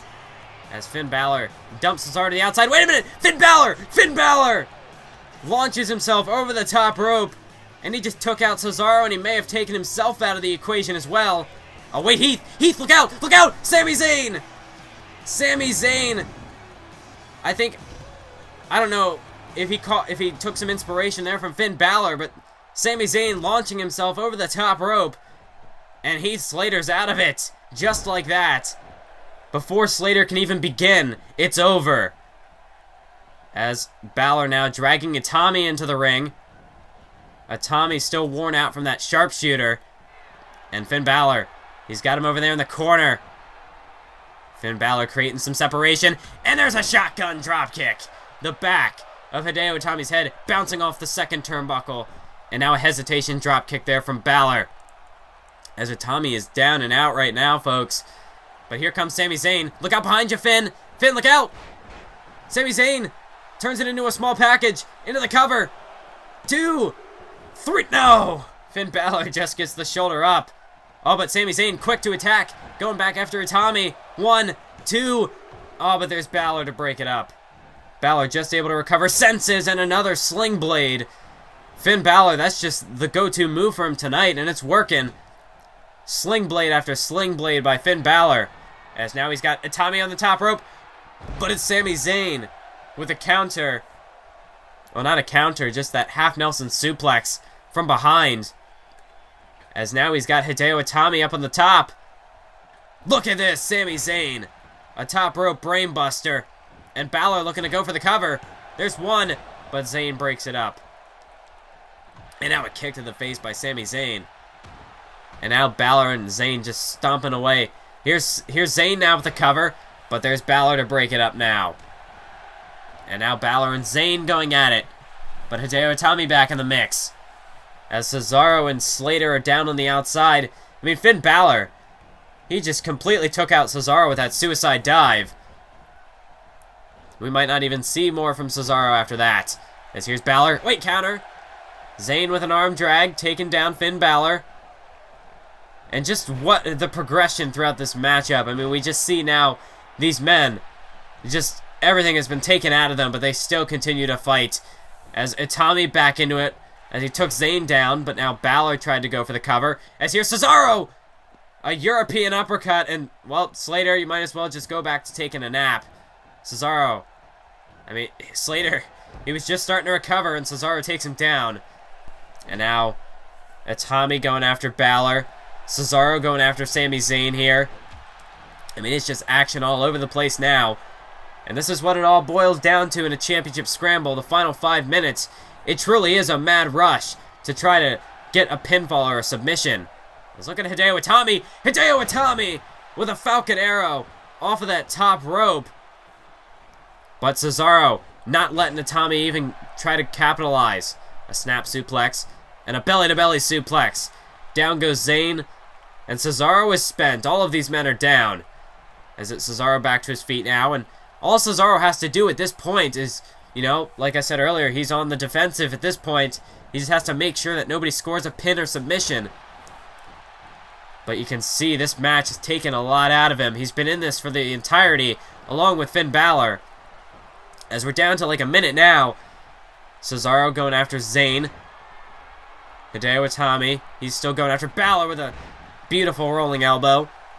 And Cesaro trying to keep Zayn on the mat. Looking to wear him out with a sharpshooter. Obviously, he can't get the fall. But if you can at least inflict some damage, it's not a bad idea. Now Cesaro, all he's got to do is just make sure that he can stay moving. German suplex. Finn Balor goes down. Sami Zayn takes out Hideo Itami. And now those two men are on the outside. 25 seconds left. It's crunch time now. Yo, what a European uppercut by Cesaro. Balor goes down. Oh, wait, Slater's getting back to his feet. Oh, but here comes Cesaro! Cesaro launching himself through the ropes as we're down to 10 seconds. Balor and Zayn, the final 2 men in the ring here. Finn Balor. Oh, he's got Sami Zayn. He's got him up. There's that DDT. And now Balor, if he can just get the cover. But Balor's out of time. Finn Balor, the clock expires just before Finn Balor can get the cover. And Cesaro, somehow, through all of that, Cesaro is still the United States champion. Who can beat this man?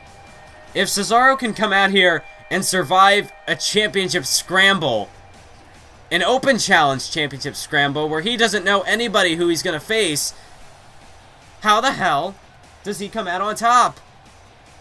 Who is going to be able to take that U.S. title from Cesaro? Is it even possible?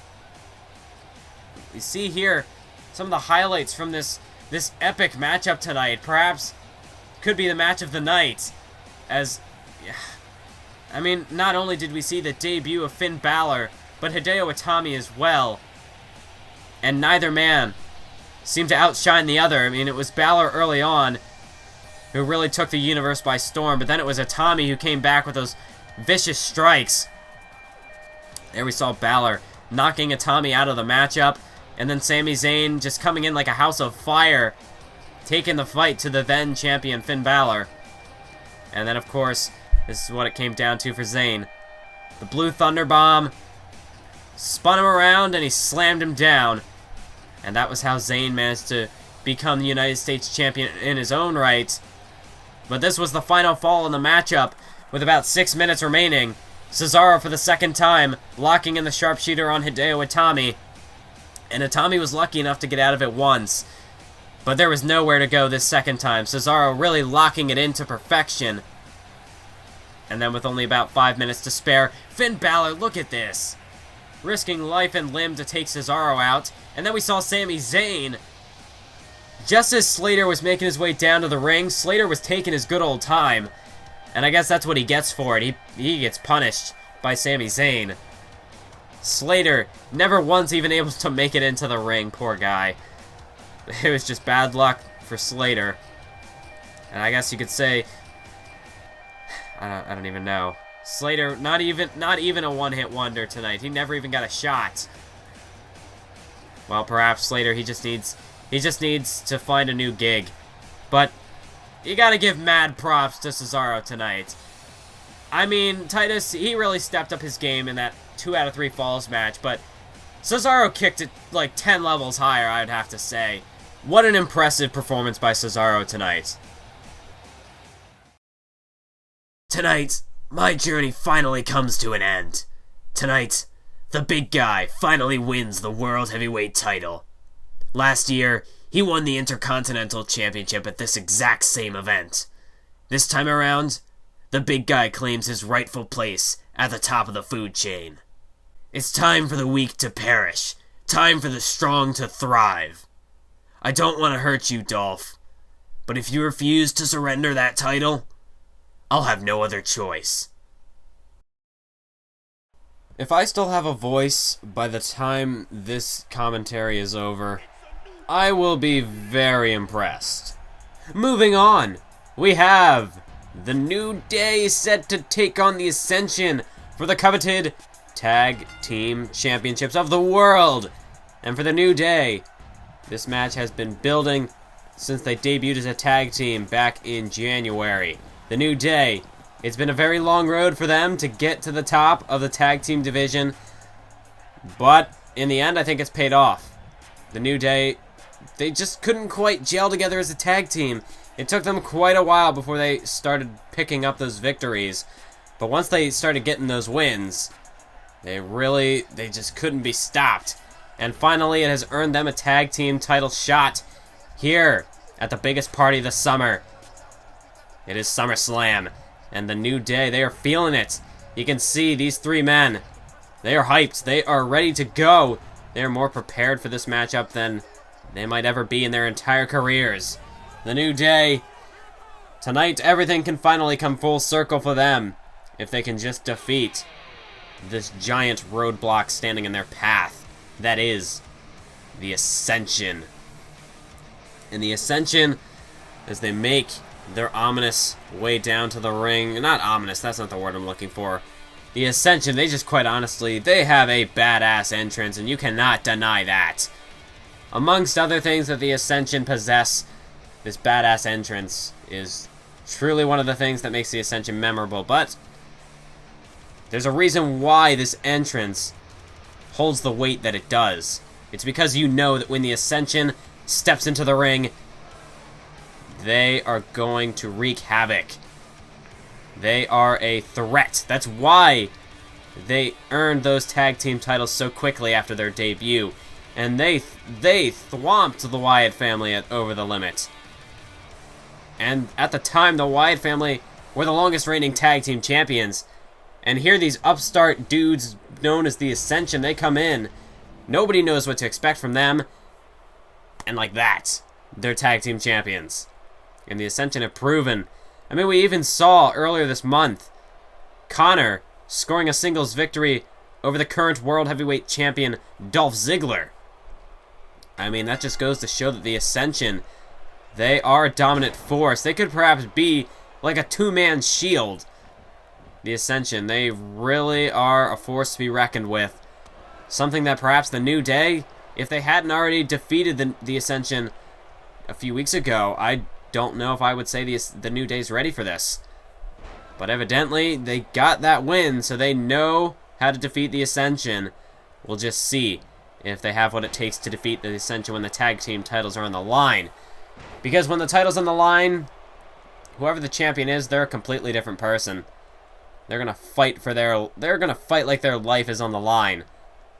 And honestly, that's something that the champion doesn't always have. When you're the challenger, you have to go out there and win every match. When you're the champion, well, you've got the title. So, honestly, oh, look at the power, the strength. of Big E off that power slam. And that is what Big E brings to the table. When you look at the Ascension, they are brute force. I guess you would say Connor is more the powerhouse style of the two. But even then, Victor, I mean, just look at the size of this man. Victor, he might not be quite as big and as menacing as Connor, but Victor, he's a pretty tall, powerful guy in his own right. Whereas the New Day, it's clear who the powerhouse is, who the muscle is, and who the speed, the quickness, who brings that to the table. Big E, of course, the power, although Big E is very explosive in his own offense. He can move around the ring with the quickness of a cruiserweight. But obviously, the strength lies in just his power. That sounds redundant, doesn't it? Big E, his big, what defines him is his power. That's what you remember at the end of the day. Kofi Kingston, he brings in the speed, which is what makes the New Day such a great tag team, is you have that combination of, look at this Doomsday Device by the Ascension. Down goes Big... Wait, what the... What is this? This is not a part of this match. What the hell is Stardust doing here? What does Stardust have to do with any of this? I'm so confused. Does anyone else understand this? We're in the middle of a tag team title match. What business does Stardust have? Well, Xavier Woods, he's none too pleased with this interruption. And there he goes again. Stardust hissing. Well, Xavier Woods, thank you, Xavier Woods. Get Stardust out of here. He has no business being here. Oh, well, now Xavier Woods. Now he's scuffling with Stardust. And what the hell? Stardust is walking off with Xavier Woods. Stardust is taking Xavier Woods out of this matchup. Is he on the Ascension side? What business... What is Stardust's motivation for coming out here tonight? And why is he targeting Xavier Woods? I mean, I guess to be fair, Stardust, he just kind of walked out here. Xavier Woods came after him. But Stardust, he's taking Xavier Woods away. Does anybody... Am I missing something here? Am I missing something obvious that just... Ever since Cody Rhodes has undergone this whole change in persona, this Stardust character that's just engulfed him. He's not even Cody Rhodes anymore, but, like... I don't understand what happened to him to make him this way. And what business does he have with Xavier Woods in the New Day? I would say he's on the side of the Ascension, but the Ascension were in control when Cody Rhodes... there's the slip of the tongue again. I gotta get to... I don't know how I can possibly make that mistake. Stardust is completely not... Oh my... This is what happens whenever Stardust comes to the ring. I can't think properly. Because I don't know what to think.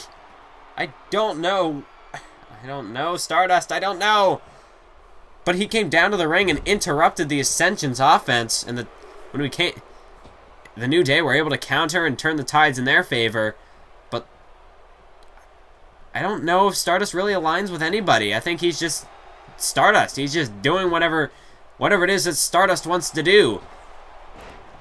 I don't know why. I don't know why he does what he does, but he does it, and that's really all I can say.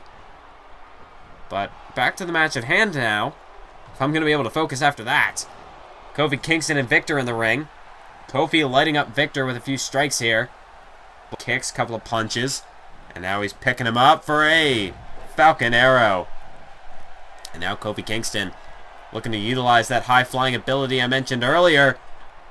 And he connects with an elbow drop. Hooks the leg on Victor. Looking to get the win right here. 1. Not even a 2 count. That's a kick out from Victor. You can see Big E's riled up. He's trying to fire up the fans. Get them behind the New Day. Get them behind Kofi Kingston. As the New Day, they're starting to kick it into a higher gear. Kofi Kingston tags in Big E. Oh, well, isn't this a reversal of roles? Big E with an assist from Kofi. A shoulder block from the top rope. Oh, but Connor's there to break up the pinfall. And that's something that we typically see from the Ascension, is that tag team tandem. Those beautiful tag team moves. That's really what the Ascension brings to the table, is those tag team fundamentals. They know how to break a team apart, and they know how to work together to keep each other fresh. The New Day seem to have done that very well. Look at this DDT from Victor. as it seemed as though the New Day was doing a very good job at isolating Victor. But just like that, at the snap of a finger, Victor, he's back in control. And the Ascension is back in control.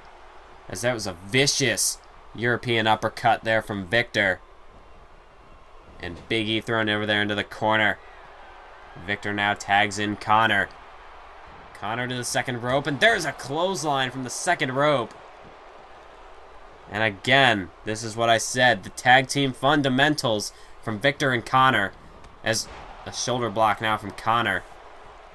And this is where we can see Connor go to work. That slow, methodical powerhouse style of his. And now he's going to make a tag into Victor. More tag team moves from the Ascension.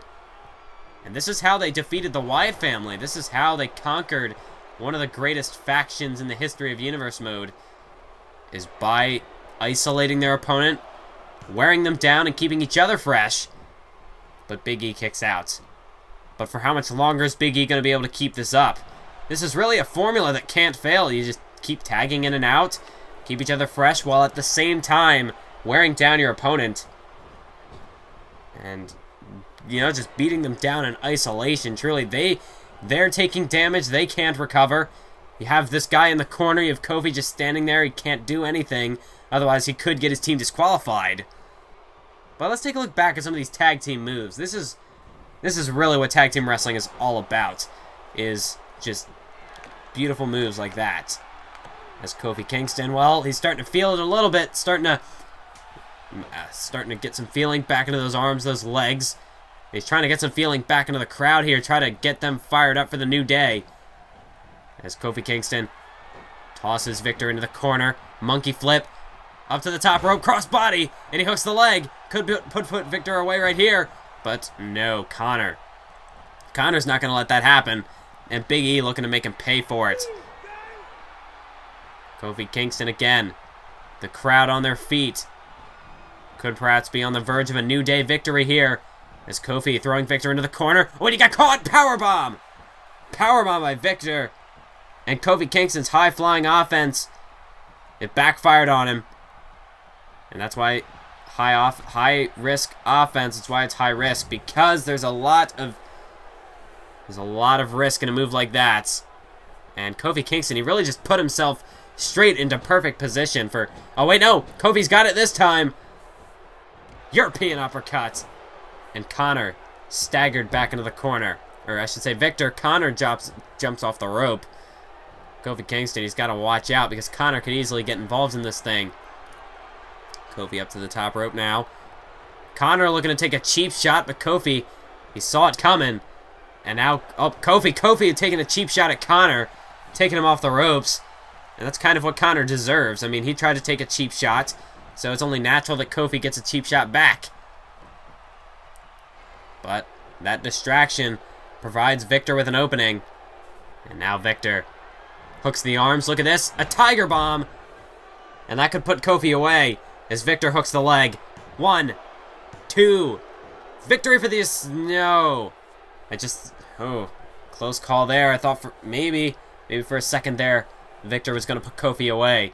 And victory, I believed, was assured for the Ascension, but not quite yet. Just because his name is Victor does not mean that victory is secure just yet. And I know that's a terrible pun, but come on, man. That's my style. There's got to be a pun in here somewhere. Kofi was trying to get in Victor's face, but Victor, he doesn't like that.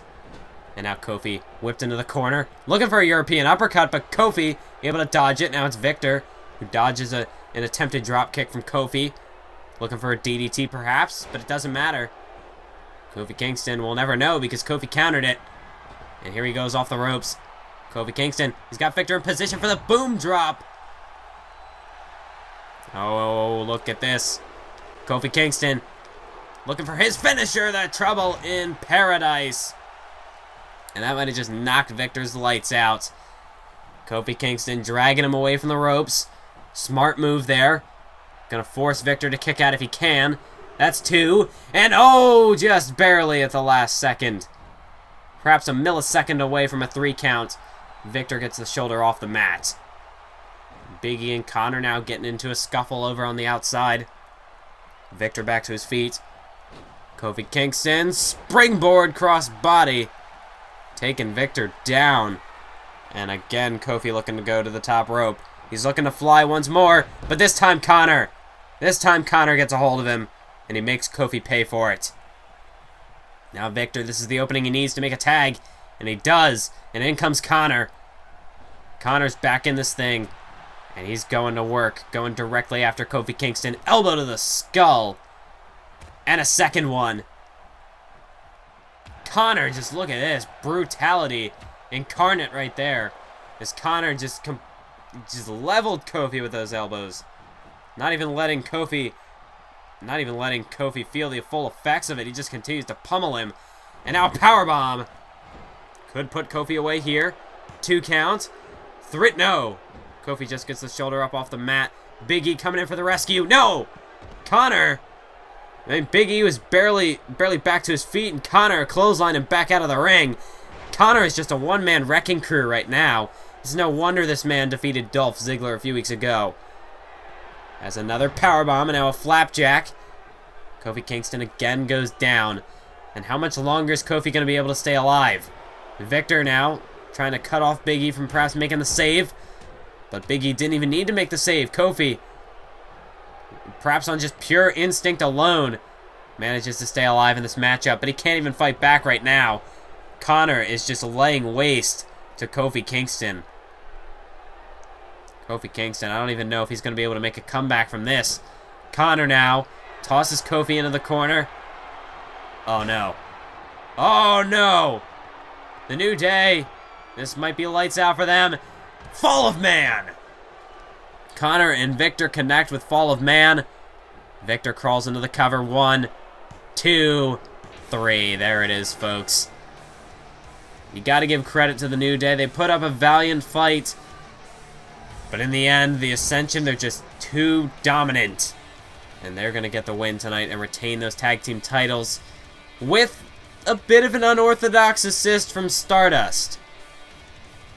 I'm not even going to say any more on Stardust because every time I do, I stumble over my words because I don't know what to think. But really, Kofi Kingston, towards the latter part of that matchup, really took the weight on his shoulders, and it seemed as though he could have nearly captured the titles for the New Day. But it wasn't meant to be. As the Ascension, they're going to reign supreme for yet another venue. And quite honestly, we could be looking at the next longest reigning champions in Universe mode. I mean, the Ascension, who can stop them? Can anybody? Does anyone exist who can defeat the Ascension? Ladies and gentlemen, please join me in welcoming the powerhouse of Thursday Night SmackDown, Roman Reigns. How are you feeling after losing to Bray Wyatt earlier on tonight? Next time I see him, I'll break him in half. Now, if that's all you want to know, I'm done here. Wait a second. Okay, so I'll save that for another time. Can I just get your thoughts on the upcoming bout between your former Shield partners, Seth Rollins and Dean Ambrose? I considered those guys my brothers. So how do you think it feels to watch your brothers fight each other? It sucks. I never expected Seth to turn his back on us the way he did. Not for a second. But now that he has, there's nothing I can do to help. Even if I could get involved, I'd only make things worse. So how do I feel? I'm pissed off. So if you'll excuse me, I have other things to deal with.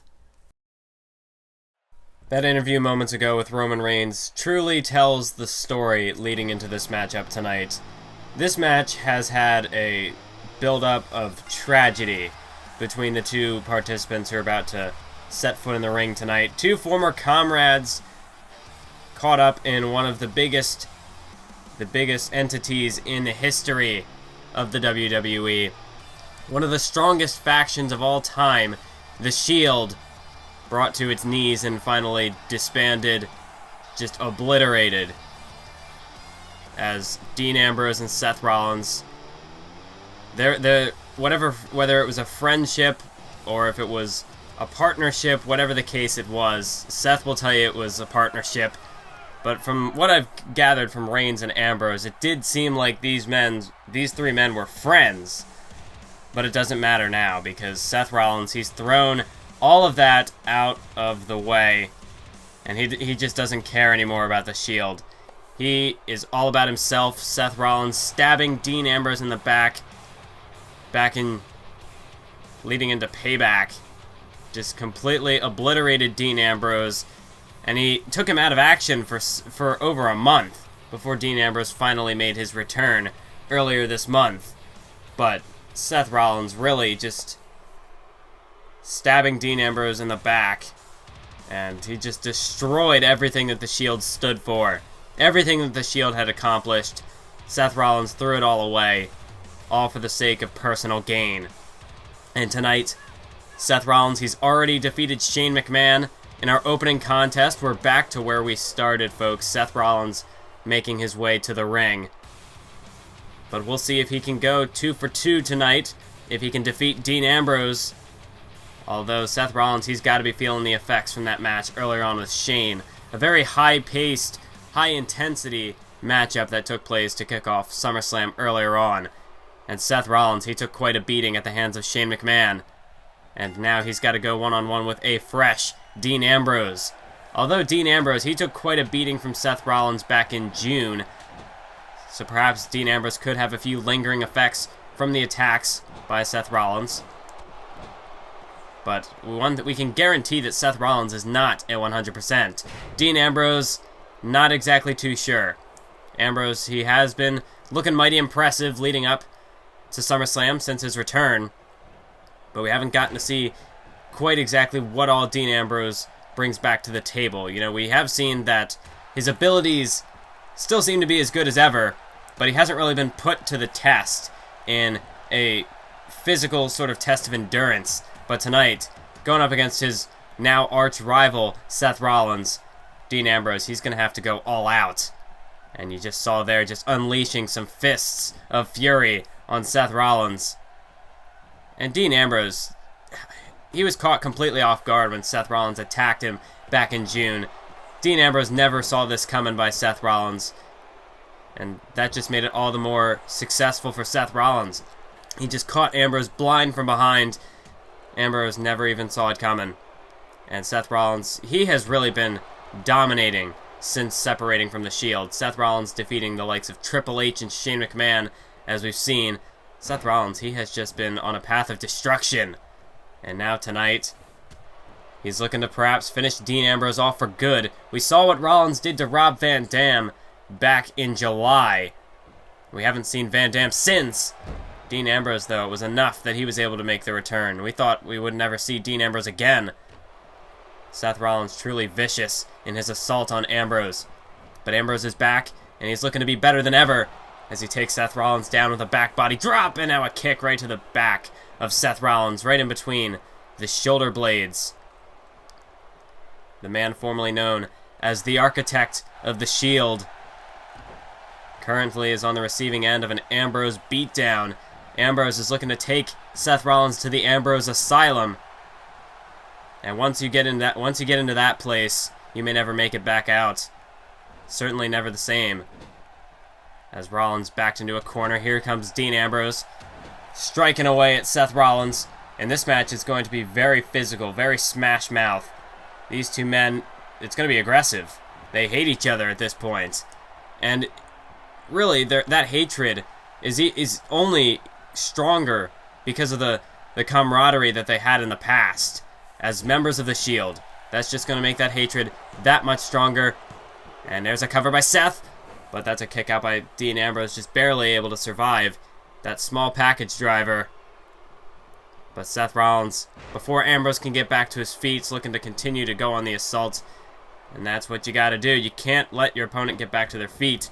Not in a matchup like this. Not where tensions are running high. You can't afford to give your opponent any room to breathe. As there's another cover, but Ambrose gets the shoulder up at 2. Seth Rollins getting frustrated here, but he's got to maintain his composure. And that's really tough to do in a matchup like this.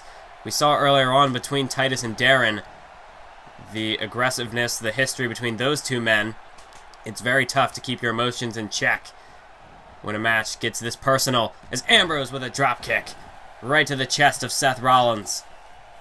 Dean Ambrose, that's that type of unique style he brings That's why they call him the lunatic fringe. This man, he just makes things up on the fly.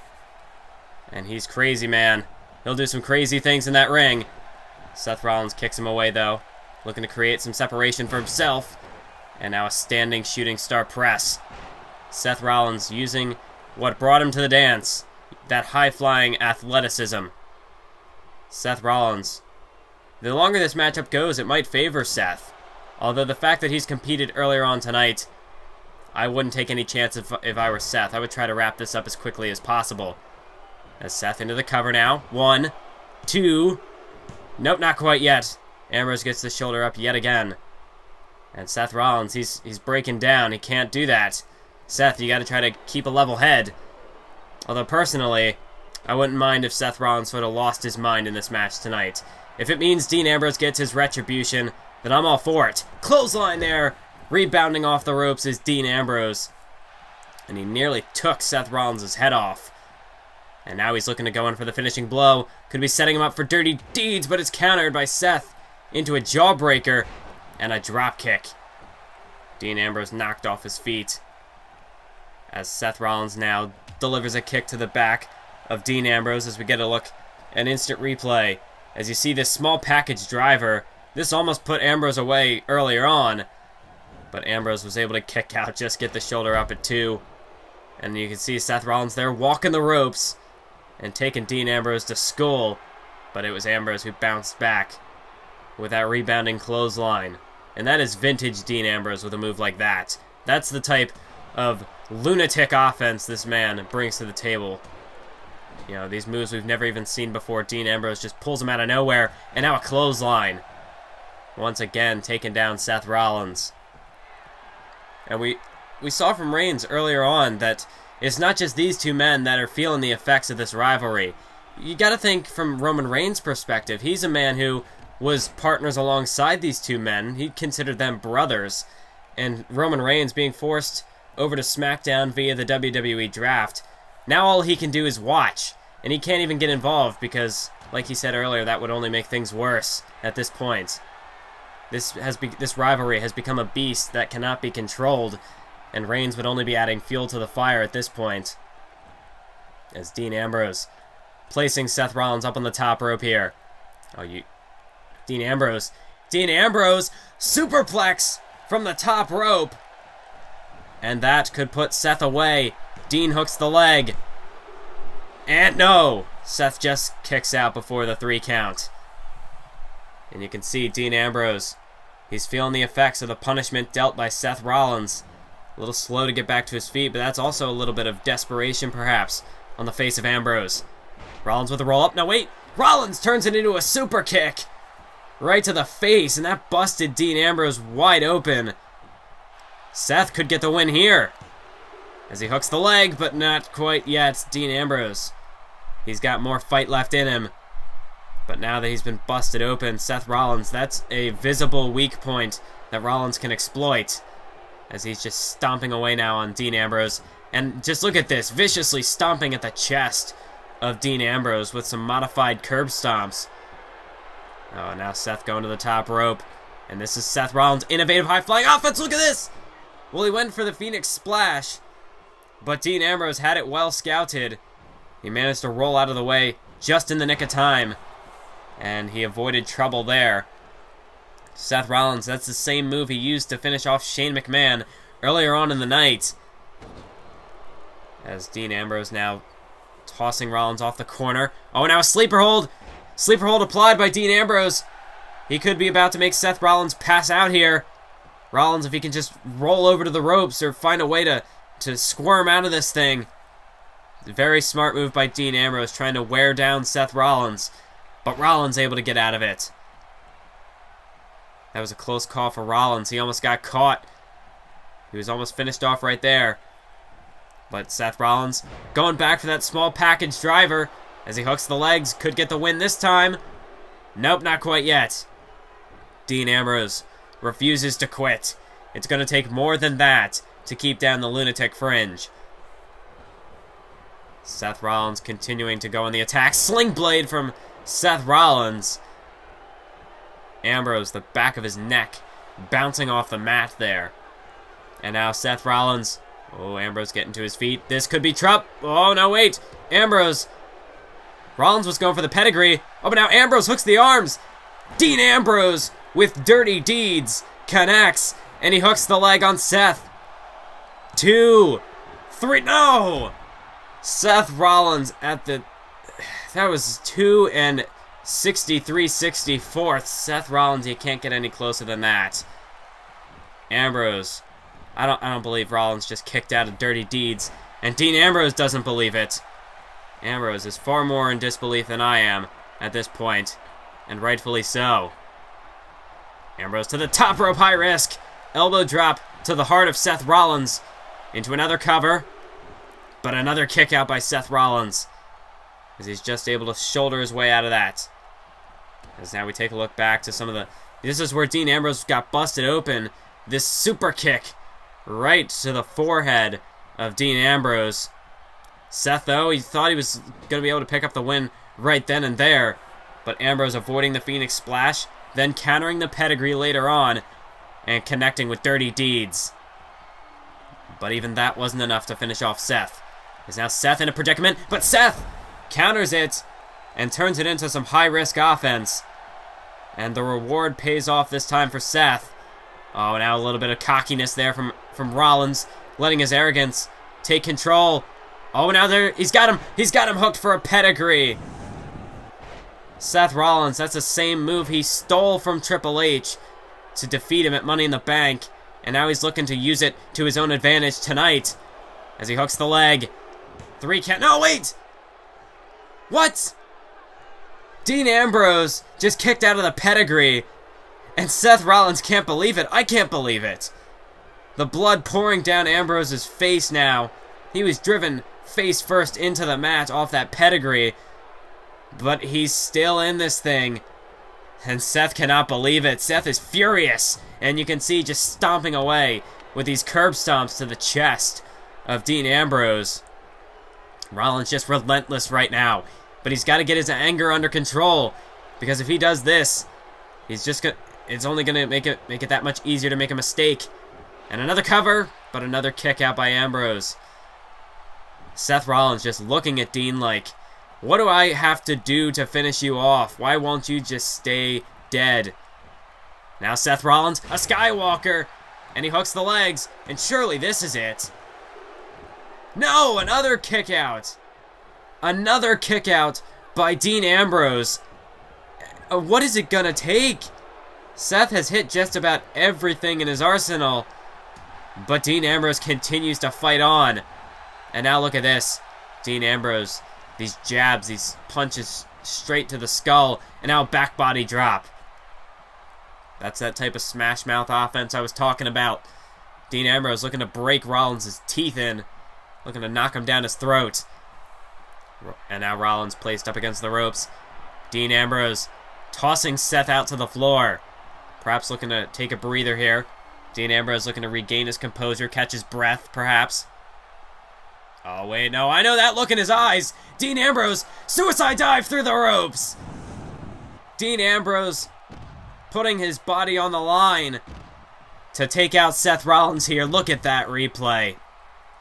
Dean Ambrose damn near killed himself to... Wait. What is this? What the hell is Kane doing here? That's the newly appointed Director of Operations, Kane. And Triple H put him in charge for the sole purpose of keeping Seth Rollins in check, but I think Dean Ambrose had that covered, Kane. I don't think you need to come out here, Kane.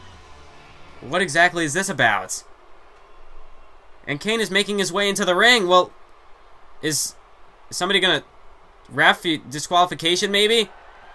Dean Ambrose told Kane to get lost, and now Kane is attacking Ambrose. What the hell is this? What does Kane have to do with Dean Ambrose? What has gotten into Kane here? Kane, he's just blatantly assaulting Dean Ambrose. The ref, are you gonna disqualify this man?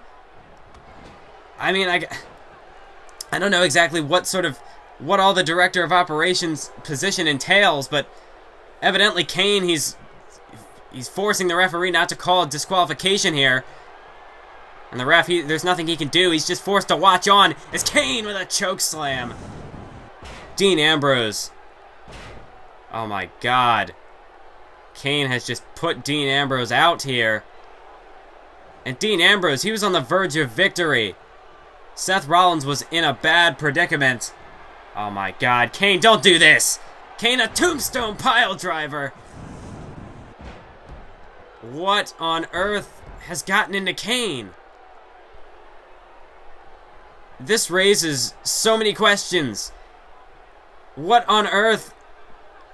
What has compelled Kane to come out here and interrupt this match? I think the match is still going. I never heard a bell. Although I'm certain that's a blatant disqualification. I'm gonna have to look into this. This is very fishy. This does not make at all any sense. Oh, well, now Seth is back in the ring, and he's looking to finish off what's left of Dean Ambrose with another pedigree. You've got to be kidding me. Dean, please kick out. Kick out Ambrose. Damn it. Somehow Seth Rollins, forget somehow. We all know it was because of Kane. Seth Rollins, it looked as though he was in a very bad way. Dean Ambrose risking his body to take out Seth Rollins, and then Kane came down to the ring, and he cost Dean Ambrose this match. I guess we don't know for certain that Ambrose was guaranteed a victory, but it looked that way. Dean Ambrose, that he was certainly turning things in his favor. And now we'll never know. We'll never know how this match would have ended. And it's all thanks to Kane.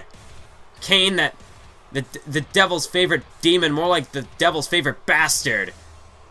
Kane just coming down here and interrupting this match, robbing the fans, robbing Dean Ambrose of his hard-earned retribution tonight. Disgusting. Absolutely disgusting. What a fantastic match these two men were putting on. And Kane just came down here, chokeslammed Ambrose, tombstoned him, and set him up for a Seth Rollins pedigree. And by hook or crook, I'd lean more towards the latter. Seth Rollins, he escapes. Ladies and gentlemen, please join me in welcoming the winner of last month's Money in the Bank ladder match, Daniel Bryan. Tonight, you will cash in that Money in the Bank briefcase for an opportunity to challenge CM Punk for the WWE Championship in the main event. How do you feel heading into the biggest match of your career thus far? Honestly, I don't think I've ever been more excited for a match than I am right now. I'm in the main event of SummerSlam. I'm fighting for the WWE Championship. I'm competing against a man who I consider to be my arch rival and a close ally. Punk's career parallels my own in many ways, and no one ever expected either of us to make it in the WWE. Well, here we are, main eventing SummerSlam for the WWE title. It's long overdue, but it's finally happening. All thanks to the WWE Universe for standing behind us, even at the worst of times. Tonight, I promise to repay my fans for everything they've done for me. It has taken you over a year to make this match a reality. After all of this time, do you think you have what it takes to defeat CM Punk? Do I think I have what it takes to defeat CM Punk? Yes.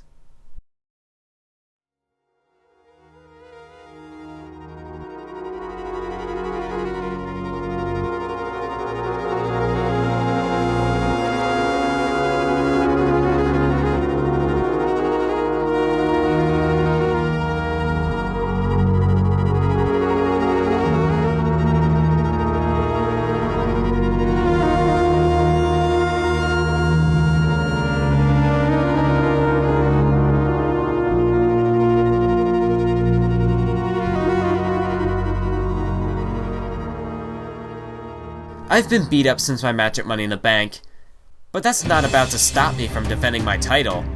As long as I'm the reigning World Heavyweight Champion, I refuse to surrender my title to anyone. I don't want to hurt you, Dolph, but if you refuse to surrender that title, I'll have no other choice. If I can't compete at a high enough level to retain this title, then I don't deserve to compete. It's time for the weak to perish. Time for the strong to thrive. These people deserve a fighting champion, and that's just what I'm gonna give them. The big guy claims his rightful place at the top of the food chain. It's on now, folks. We heard from our two competitors earlier on tonight, and here is the first of our two World Championship matchups for the evening. This one is representing Monday Night Raw. It is the big guy, the Human Wrecking Ball, the #1 contender for the World Heavyweight Championship, the former Intercontinental Champion, Ryback. And Ryback, he's got his game face on tonight. He's ready to go. And it was this time last year that Ryback defeated Christian to win his first ever Intercontinental Championship. 1 year later, Ryback, he looks to achieve his first ever World Heavyweight Championship. And he's taken on a less than 100% Dolph Ziggler. I'd have to say, the favorite going into this match is definitely the big guy. I gotta have my money on him. I mean, the odds just are in his favor tonight. He's in truly impressive form, perhaps better than ever. And Dolph Ziggler, on the other hand, he's not at 100%. Dolph Ziggler, perhaps in the worst form of his career. He's suffered losses to Connor and Rusev this past month alone. And it's all because during his match at Money in the Bank against Edge, during his title defense, he took a really bad fall from the ladder. As you saw in that promo earlier on, Dolph Ziggler landing right on the top of his head. It's amazing that he didn't break his neck. It's amazing that he can compete at all. But here he still is. Here he still stands. And he will not give up. Dolph Ziggler refuses to surrender his World Heavyweight Championship. And he says as long as he can still go out there and compete, as long as he can still go out there and compete at the level befitting of a show-off, then he's not going anywhere. But tonight, Ryback, he has vowed that he will walk out with that World Heavyweight Championship. And he's told Dolph Ziggler he doesn't want to hurt him. He doesn't want to... And I mean, when you're going up against a guy as physical as Ryback as well, Dolph Ziggler, he's really putting his career in jeopardy tonight. Ryback's a very physical, very powerful type of wrestler. I mean, Dolph Ziggler, he could definitely suffer more damage to that neck of his.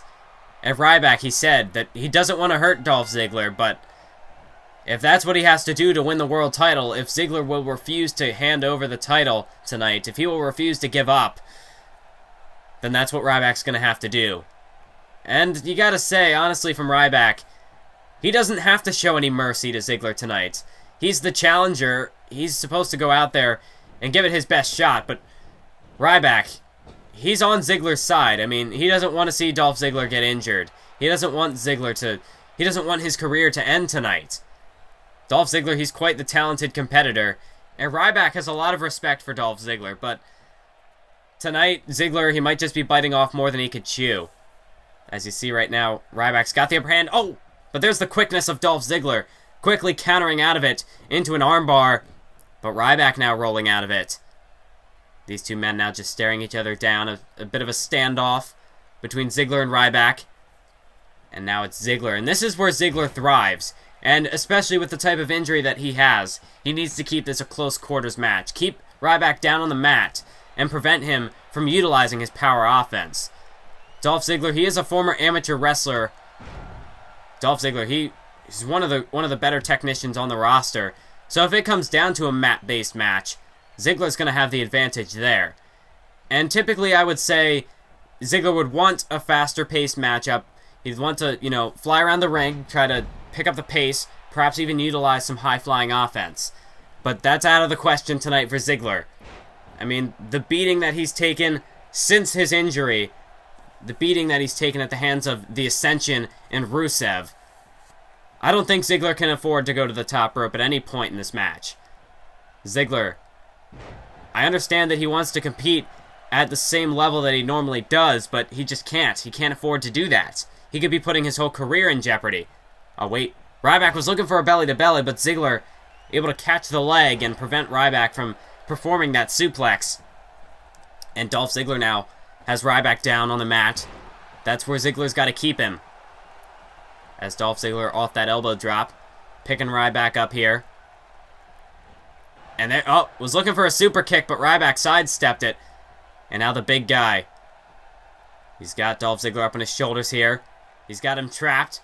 What is Ryback going to do? Oh! What a move that was. Just, I don't even know what to call that. Just the ribs of Dolph Ziggler crunching down on the shoulders of Ryback. Almost like a gutbuster, but more, almost sort of like a torture rack move as well. Like a torture rack backbreaker of some sort. I don't even know what you would call that, but it's effective. That's what it is. And somehow Dolph Ziggler back on the attack, though. And here's Ziggler. Oh, that's, you know, Ziggler, he's the show-off, and he's still proving it tonight. Although I'd have to say that's a very, very dumb move by Ziggler to be pulling off a headstand headlock. I mean, come on, Ziggler. I understand that. I don't know, Ziggler, he's just got to be careful with what he does tonight. If he wants to have a chance at beating Ryback, he's really going to have to watch his step. As Ryback now back on the attack. Off that military press. Now sending Dolph Ziggler off the ropes. Counter by Ziggler. Ryback taken down with an arm drag. And another standoff between these two men. Reaching an impasse, perhaps. Look at this. Spinebuster from Ryback. Ziggler, each man, they had a moment to catch their breath, but it was Ryback who came back on top. And now Dolph Ziggler. Ryback in the corner. Ziggler back to his feet. And Ryback just rammed right into him there.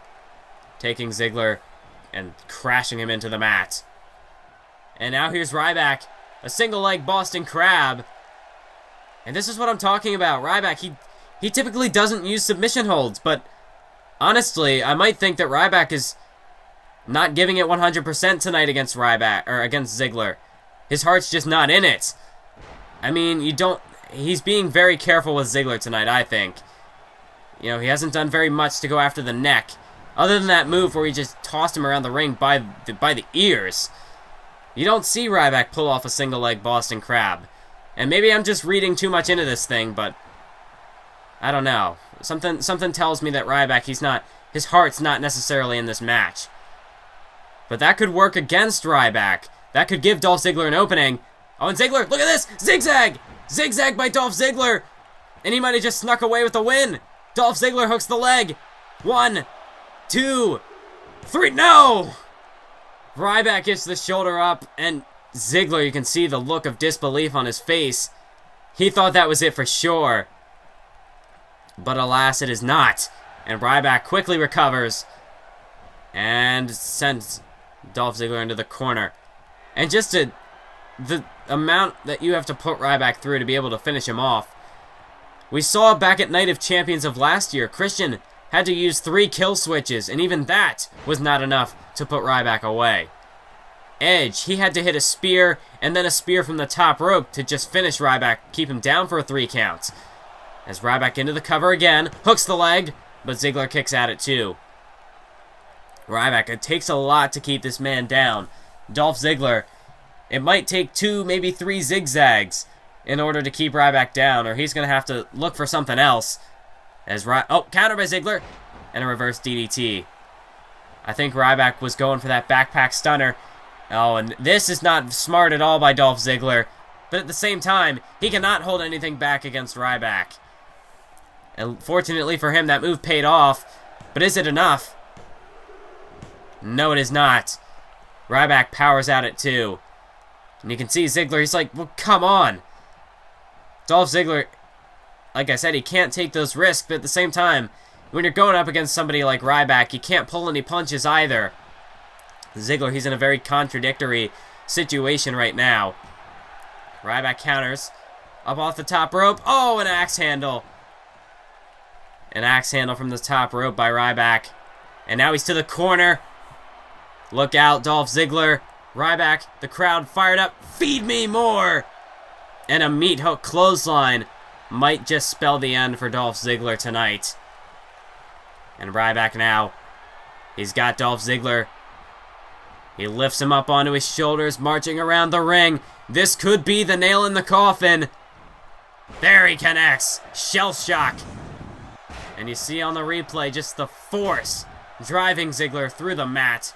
Ryback hooks the leg, and this is over. There you have it, folks. That is the end of Dolph Ziggler's World Heavyweight Championship reign, and we begin the era of Ryback.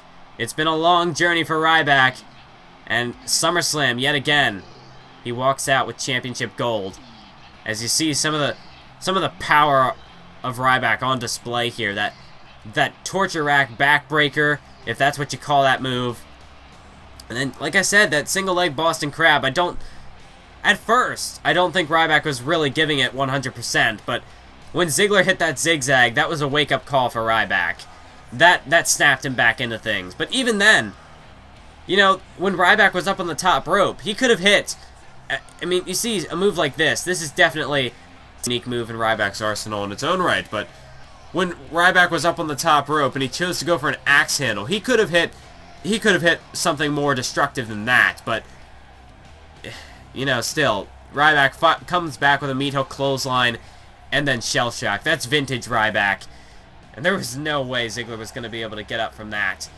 Were Ziggler 100%, and was he not dealing with this neck injury, perhaps this match would have had a different outcome, but as it stands, Ryback was the better man, and he's deserving of that World Heavyweight Championship. The big guy reigns supreme here at SummerSlam, and he has finally captured the World Heavyweight Championship that he has been pursuing for this entire year. Ryback could perhaps be set for yet another long title reign. He was a very dominant Intercontinental Champion. We'll just have to see if this world title reign will compare to the length of that Intercontinental title reign. But nonetheless, Ryback, a huge victory in his career. Ladies and gentlemen, please join me in welcoming the current WWE Champion, CM Punk. Now, I spoke to Daniel Bryan about your title match coming up in just a few moments, but I'd like to know what the champ is thinking before such an important match. Are you fully prepared for what's about to happen? I have never been more prepared for anything in my entire life. This match tonight will be the toughest title defense I've ever had, and possibly ever will have. Daniel Bryan is one hell of a performer, and I know damn well what he is capable of. Still, as good as he may be, he's not the best. I am. I'm the best in the world. I know it, you know it, the WWE Universe knows it. The only one who doesn't seem to know that is Daniel Bryan himself. Well, tonight, I'll show Bryan that there's no shame in second place.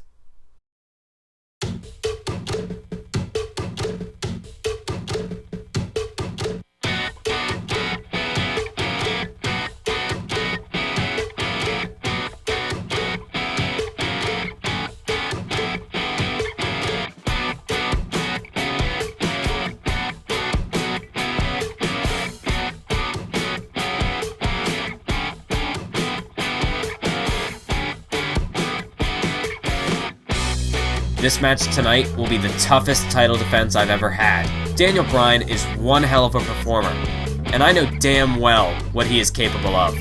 Still, as good as he may be, he's not the best. I am. I'm the best in the world. I know it, you know it, the WWE Universe knows it.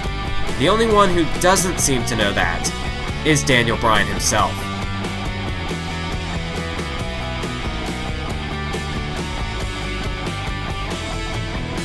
I'm in the main event of SummerSlam.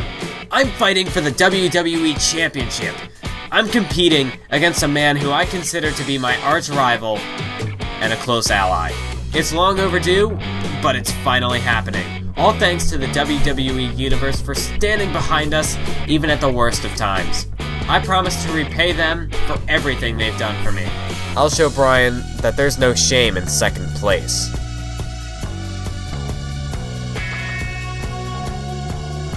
Do I think I have what it takes to defeat CM Punk?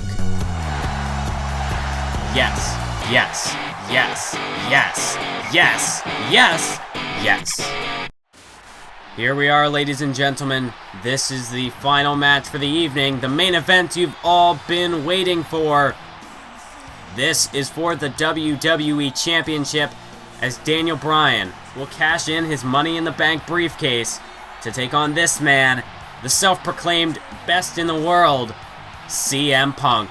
The best since day one. It's on the back of his t-shirt. That's the motto CM Punk lives by. And tonight he puts his WWE title on the line for the first time ever against Daniel Bryan, a man who has been petitioning for this match for over a year, and Daniel Bryan has worked his ass off to get this opportunity.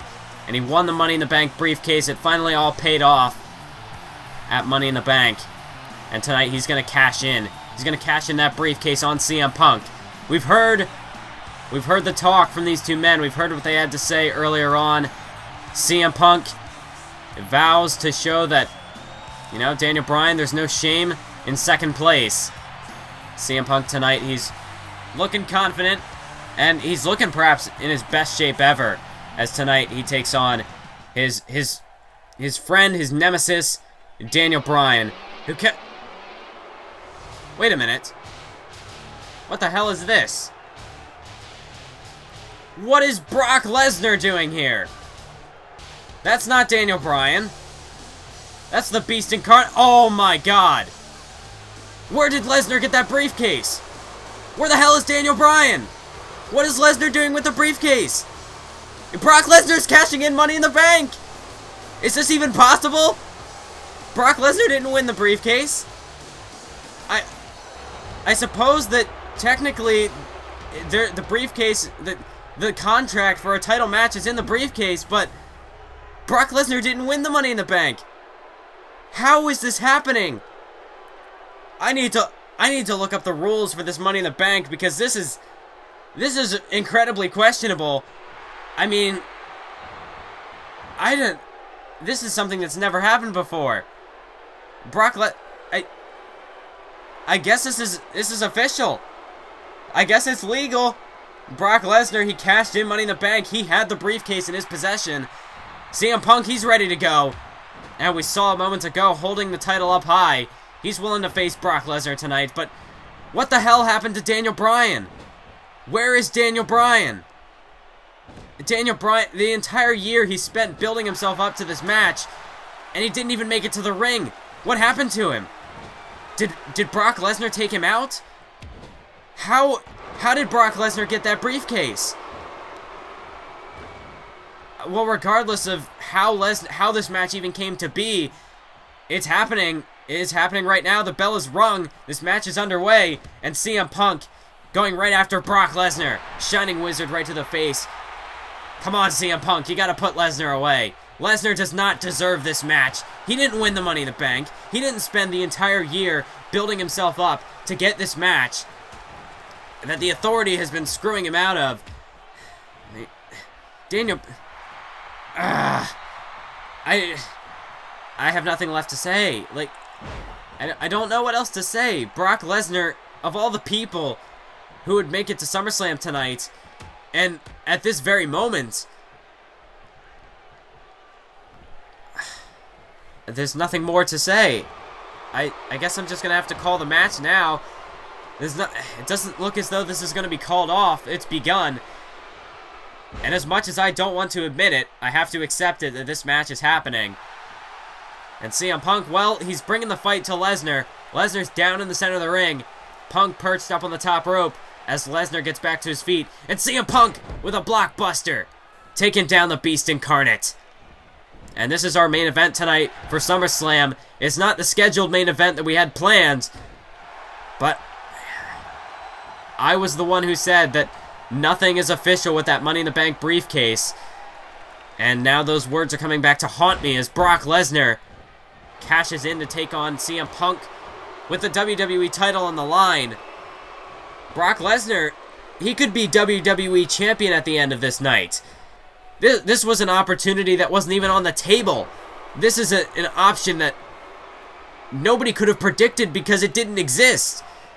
Brock Lesnar, he made a door, and he walked straight through it, ripped it off the hinges, and now he's attacking CM Punk with the door. And I don't even know if I understand the metaphor I just made, but I don't know what to think about this match. I am just in complete shock that I can barely even stay on top of this match. Oh my goodness. Brock Lesnar driving the knee into the face of CM Punk. And this match, man, this match is stressing me out. Brock Lesnar sending Punk off the ropes. Went for a clothesline. Punk with a counter. CM Punk, all hope is on him now. CM Punk, I'm rooting for him. I know I'm supposed to be the unbiased commentator. But come on, Punk. You got to take Lesnar down. But Lesnar, he's taking Punk to Suplex City as he nails the trio of German suplexes. The trifecta. And Brock Lesnar now into the cover on CM Punk. 2. Thank God. CM Punk kicks out at 2.5. I know I'm supposed to be unbiased, but I can't help but cheer for CM Punk in this situation. Brock Lesnar, this is an opportunity that he did not earn. He did not win the Money in the Bank ladder match. He stole that briefcase. I don't know exactly how he managed to get a hold of it, but he has it. And now he doesn't have it anymore. He has this title match instead. But it's not a title match that he earned. He didn't. I'm going to put it beside me now. I'm just going to call the match because if I keep talking about Brock Lesnar, I'm just going to end up raging and I'm not going to be able to do my job. I'm probably going to get fired. So I'm going to compose myself. We're going to focus back on the match. As right now, Brock Lesnar is in firm control. CM Punk now up on his shoulders. Oh, Punk counters. Punk counters with the strikes to the face. Able to slip out of that powerbomb. And there's a running knee from Punk. And a bulldog to follow it up. CM Punk takes Brock Lesnar down. And this is vintage CM Punk right now. The knee and the bulldog. And now looking to follow it up with the elbow drop from the top. CM Punk, that might just do it. Into the cover of Brock Lesnar. Doing, what? Not even a 2 count. Not even a 2 count. Brock Lesnar kicks out. What the hell is Punk going to have to do to keep this man down if both of his signatures wasn't even enough to keep him down for 1? Oh, wait, roll up. That might do it. CM Punk, he's got him. No. That was only a 2 count. So Punk, he's making progress, but Lesnar just able to power his way out of that one. He almost got caught off guard. He almost got caught napping. Fortunately for Lesnar, as much as I hate saying that, fortunately for Lesnar, he was able to recover his senses in time to keep himself alive in the match. As Punk again with the cover, and we're back to the 1 count. Okay, Brock, I see how it is. Well, now I definitely see how it has been with this replay, the trifecta, Suplex City. But then CM Punk, I mean, just look at this. Punk bouncing back with 2 of the biggest moves in his arsenal. Save the Anaconda Vice and the GTS, but back to back. And you see there, Punk, the height on that elbow drop, but it didn't mean a damn thing to Brock Lesnar. Oh, but Punk dumps Lesnar out to the floor. CM Punk takes Lesnar down, but Lesnar's already getting back to his feet. Oh, and Punk, he's got that look in his eye. The same look that Dean Ambrose had in his eye earlier on. A suicide dive through the ropes by CM Punk to take out Brock Lesnar. This is what you got to do, Punk. You got to keep Lesnar reeling. You got to kick him while he's down. You cannot allow Lesnar to recover in any sense of the word. As Punk, now he's got to get Lesnar back in the ring. Well, no, he doesn't. Punk, as much as I hate to say it, he's an honorable champion. But in this situation, Punk, he should try to take the count-out loss. When you're going up against the beast incarnate Brock Lesnar, and Punk, he wasn't even prepared to face Lesnar tonight. This is no time for honor. CM Punk, you have to win by any means necessary when you're facing Brock Lesnar. Oh, and now Punk's going to pay for it. Lesnar taking him back to Suplex City. And he nails the trifecta. Oh, wait, but Lesnar, he's still holding on. Brock Lesnar continues to German suplex CM Punk here. He nails another trifecta. That's 7 now.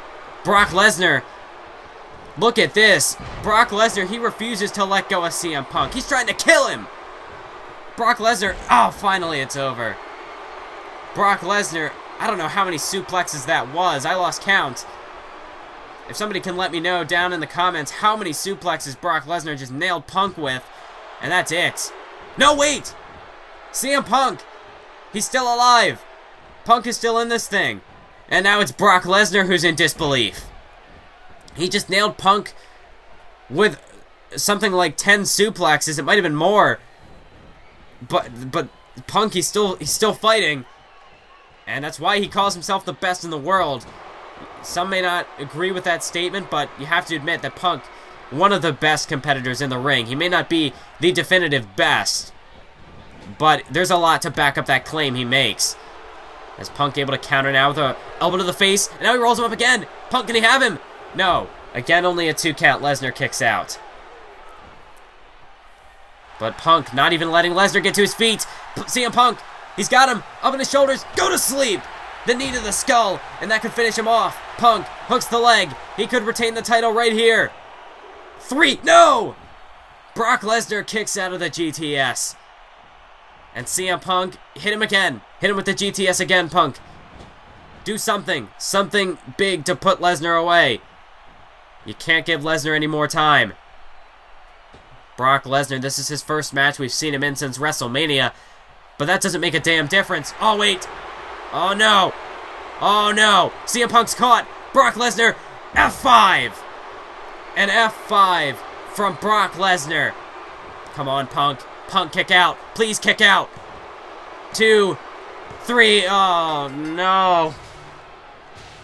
Brock Lesnar has just won the WWE Championship.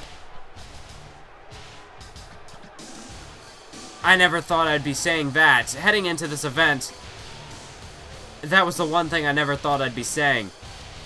Brock Lesnar, he wasn't even on the card, and he walks out the WWE Champion.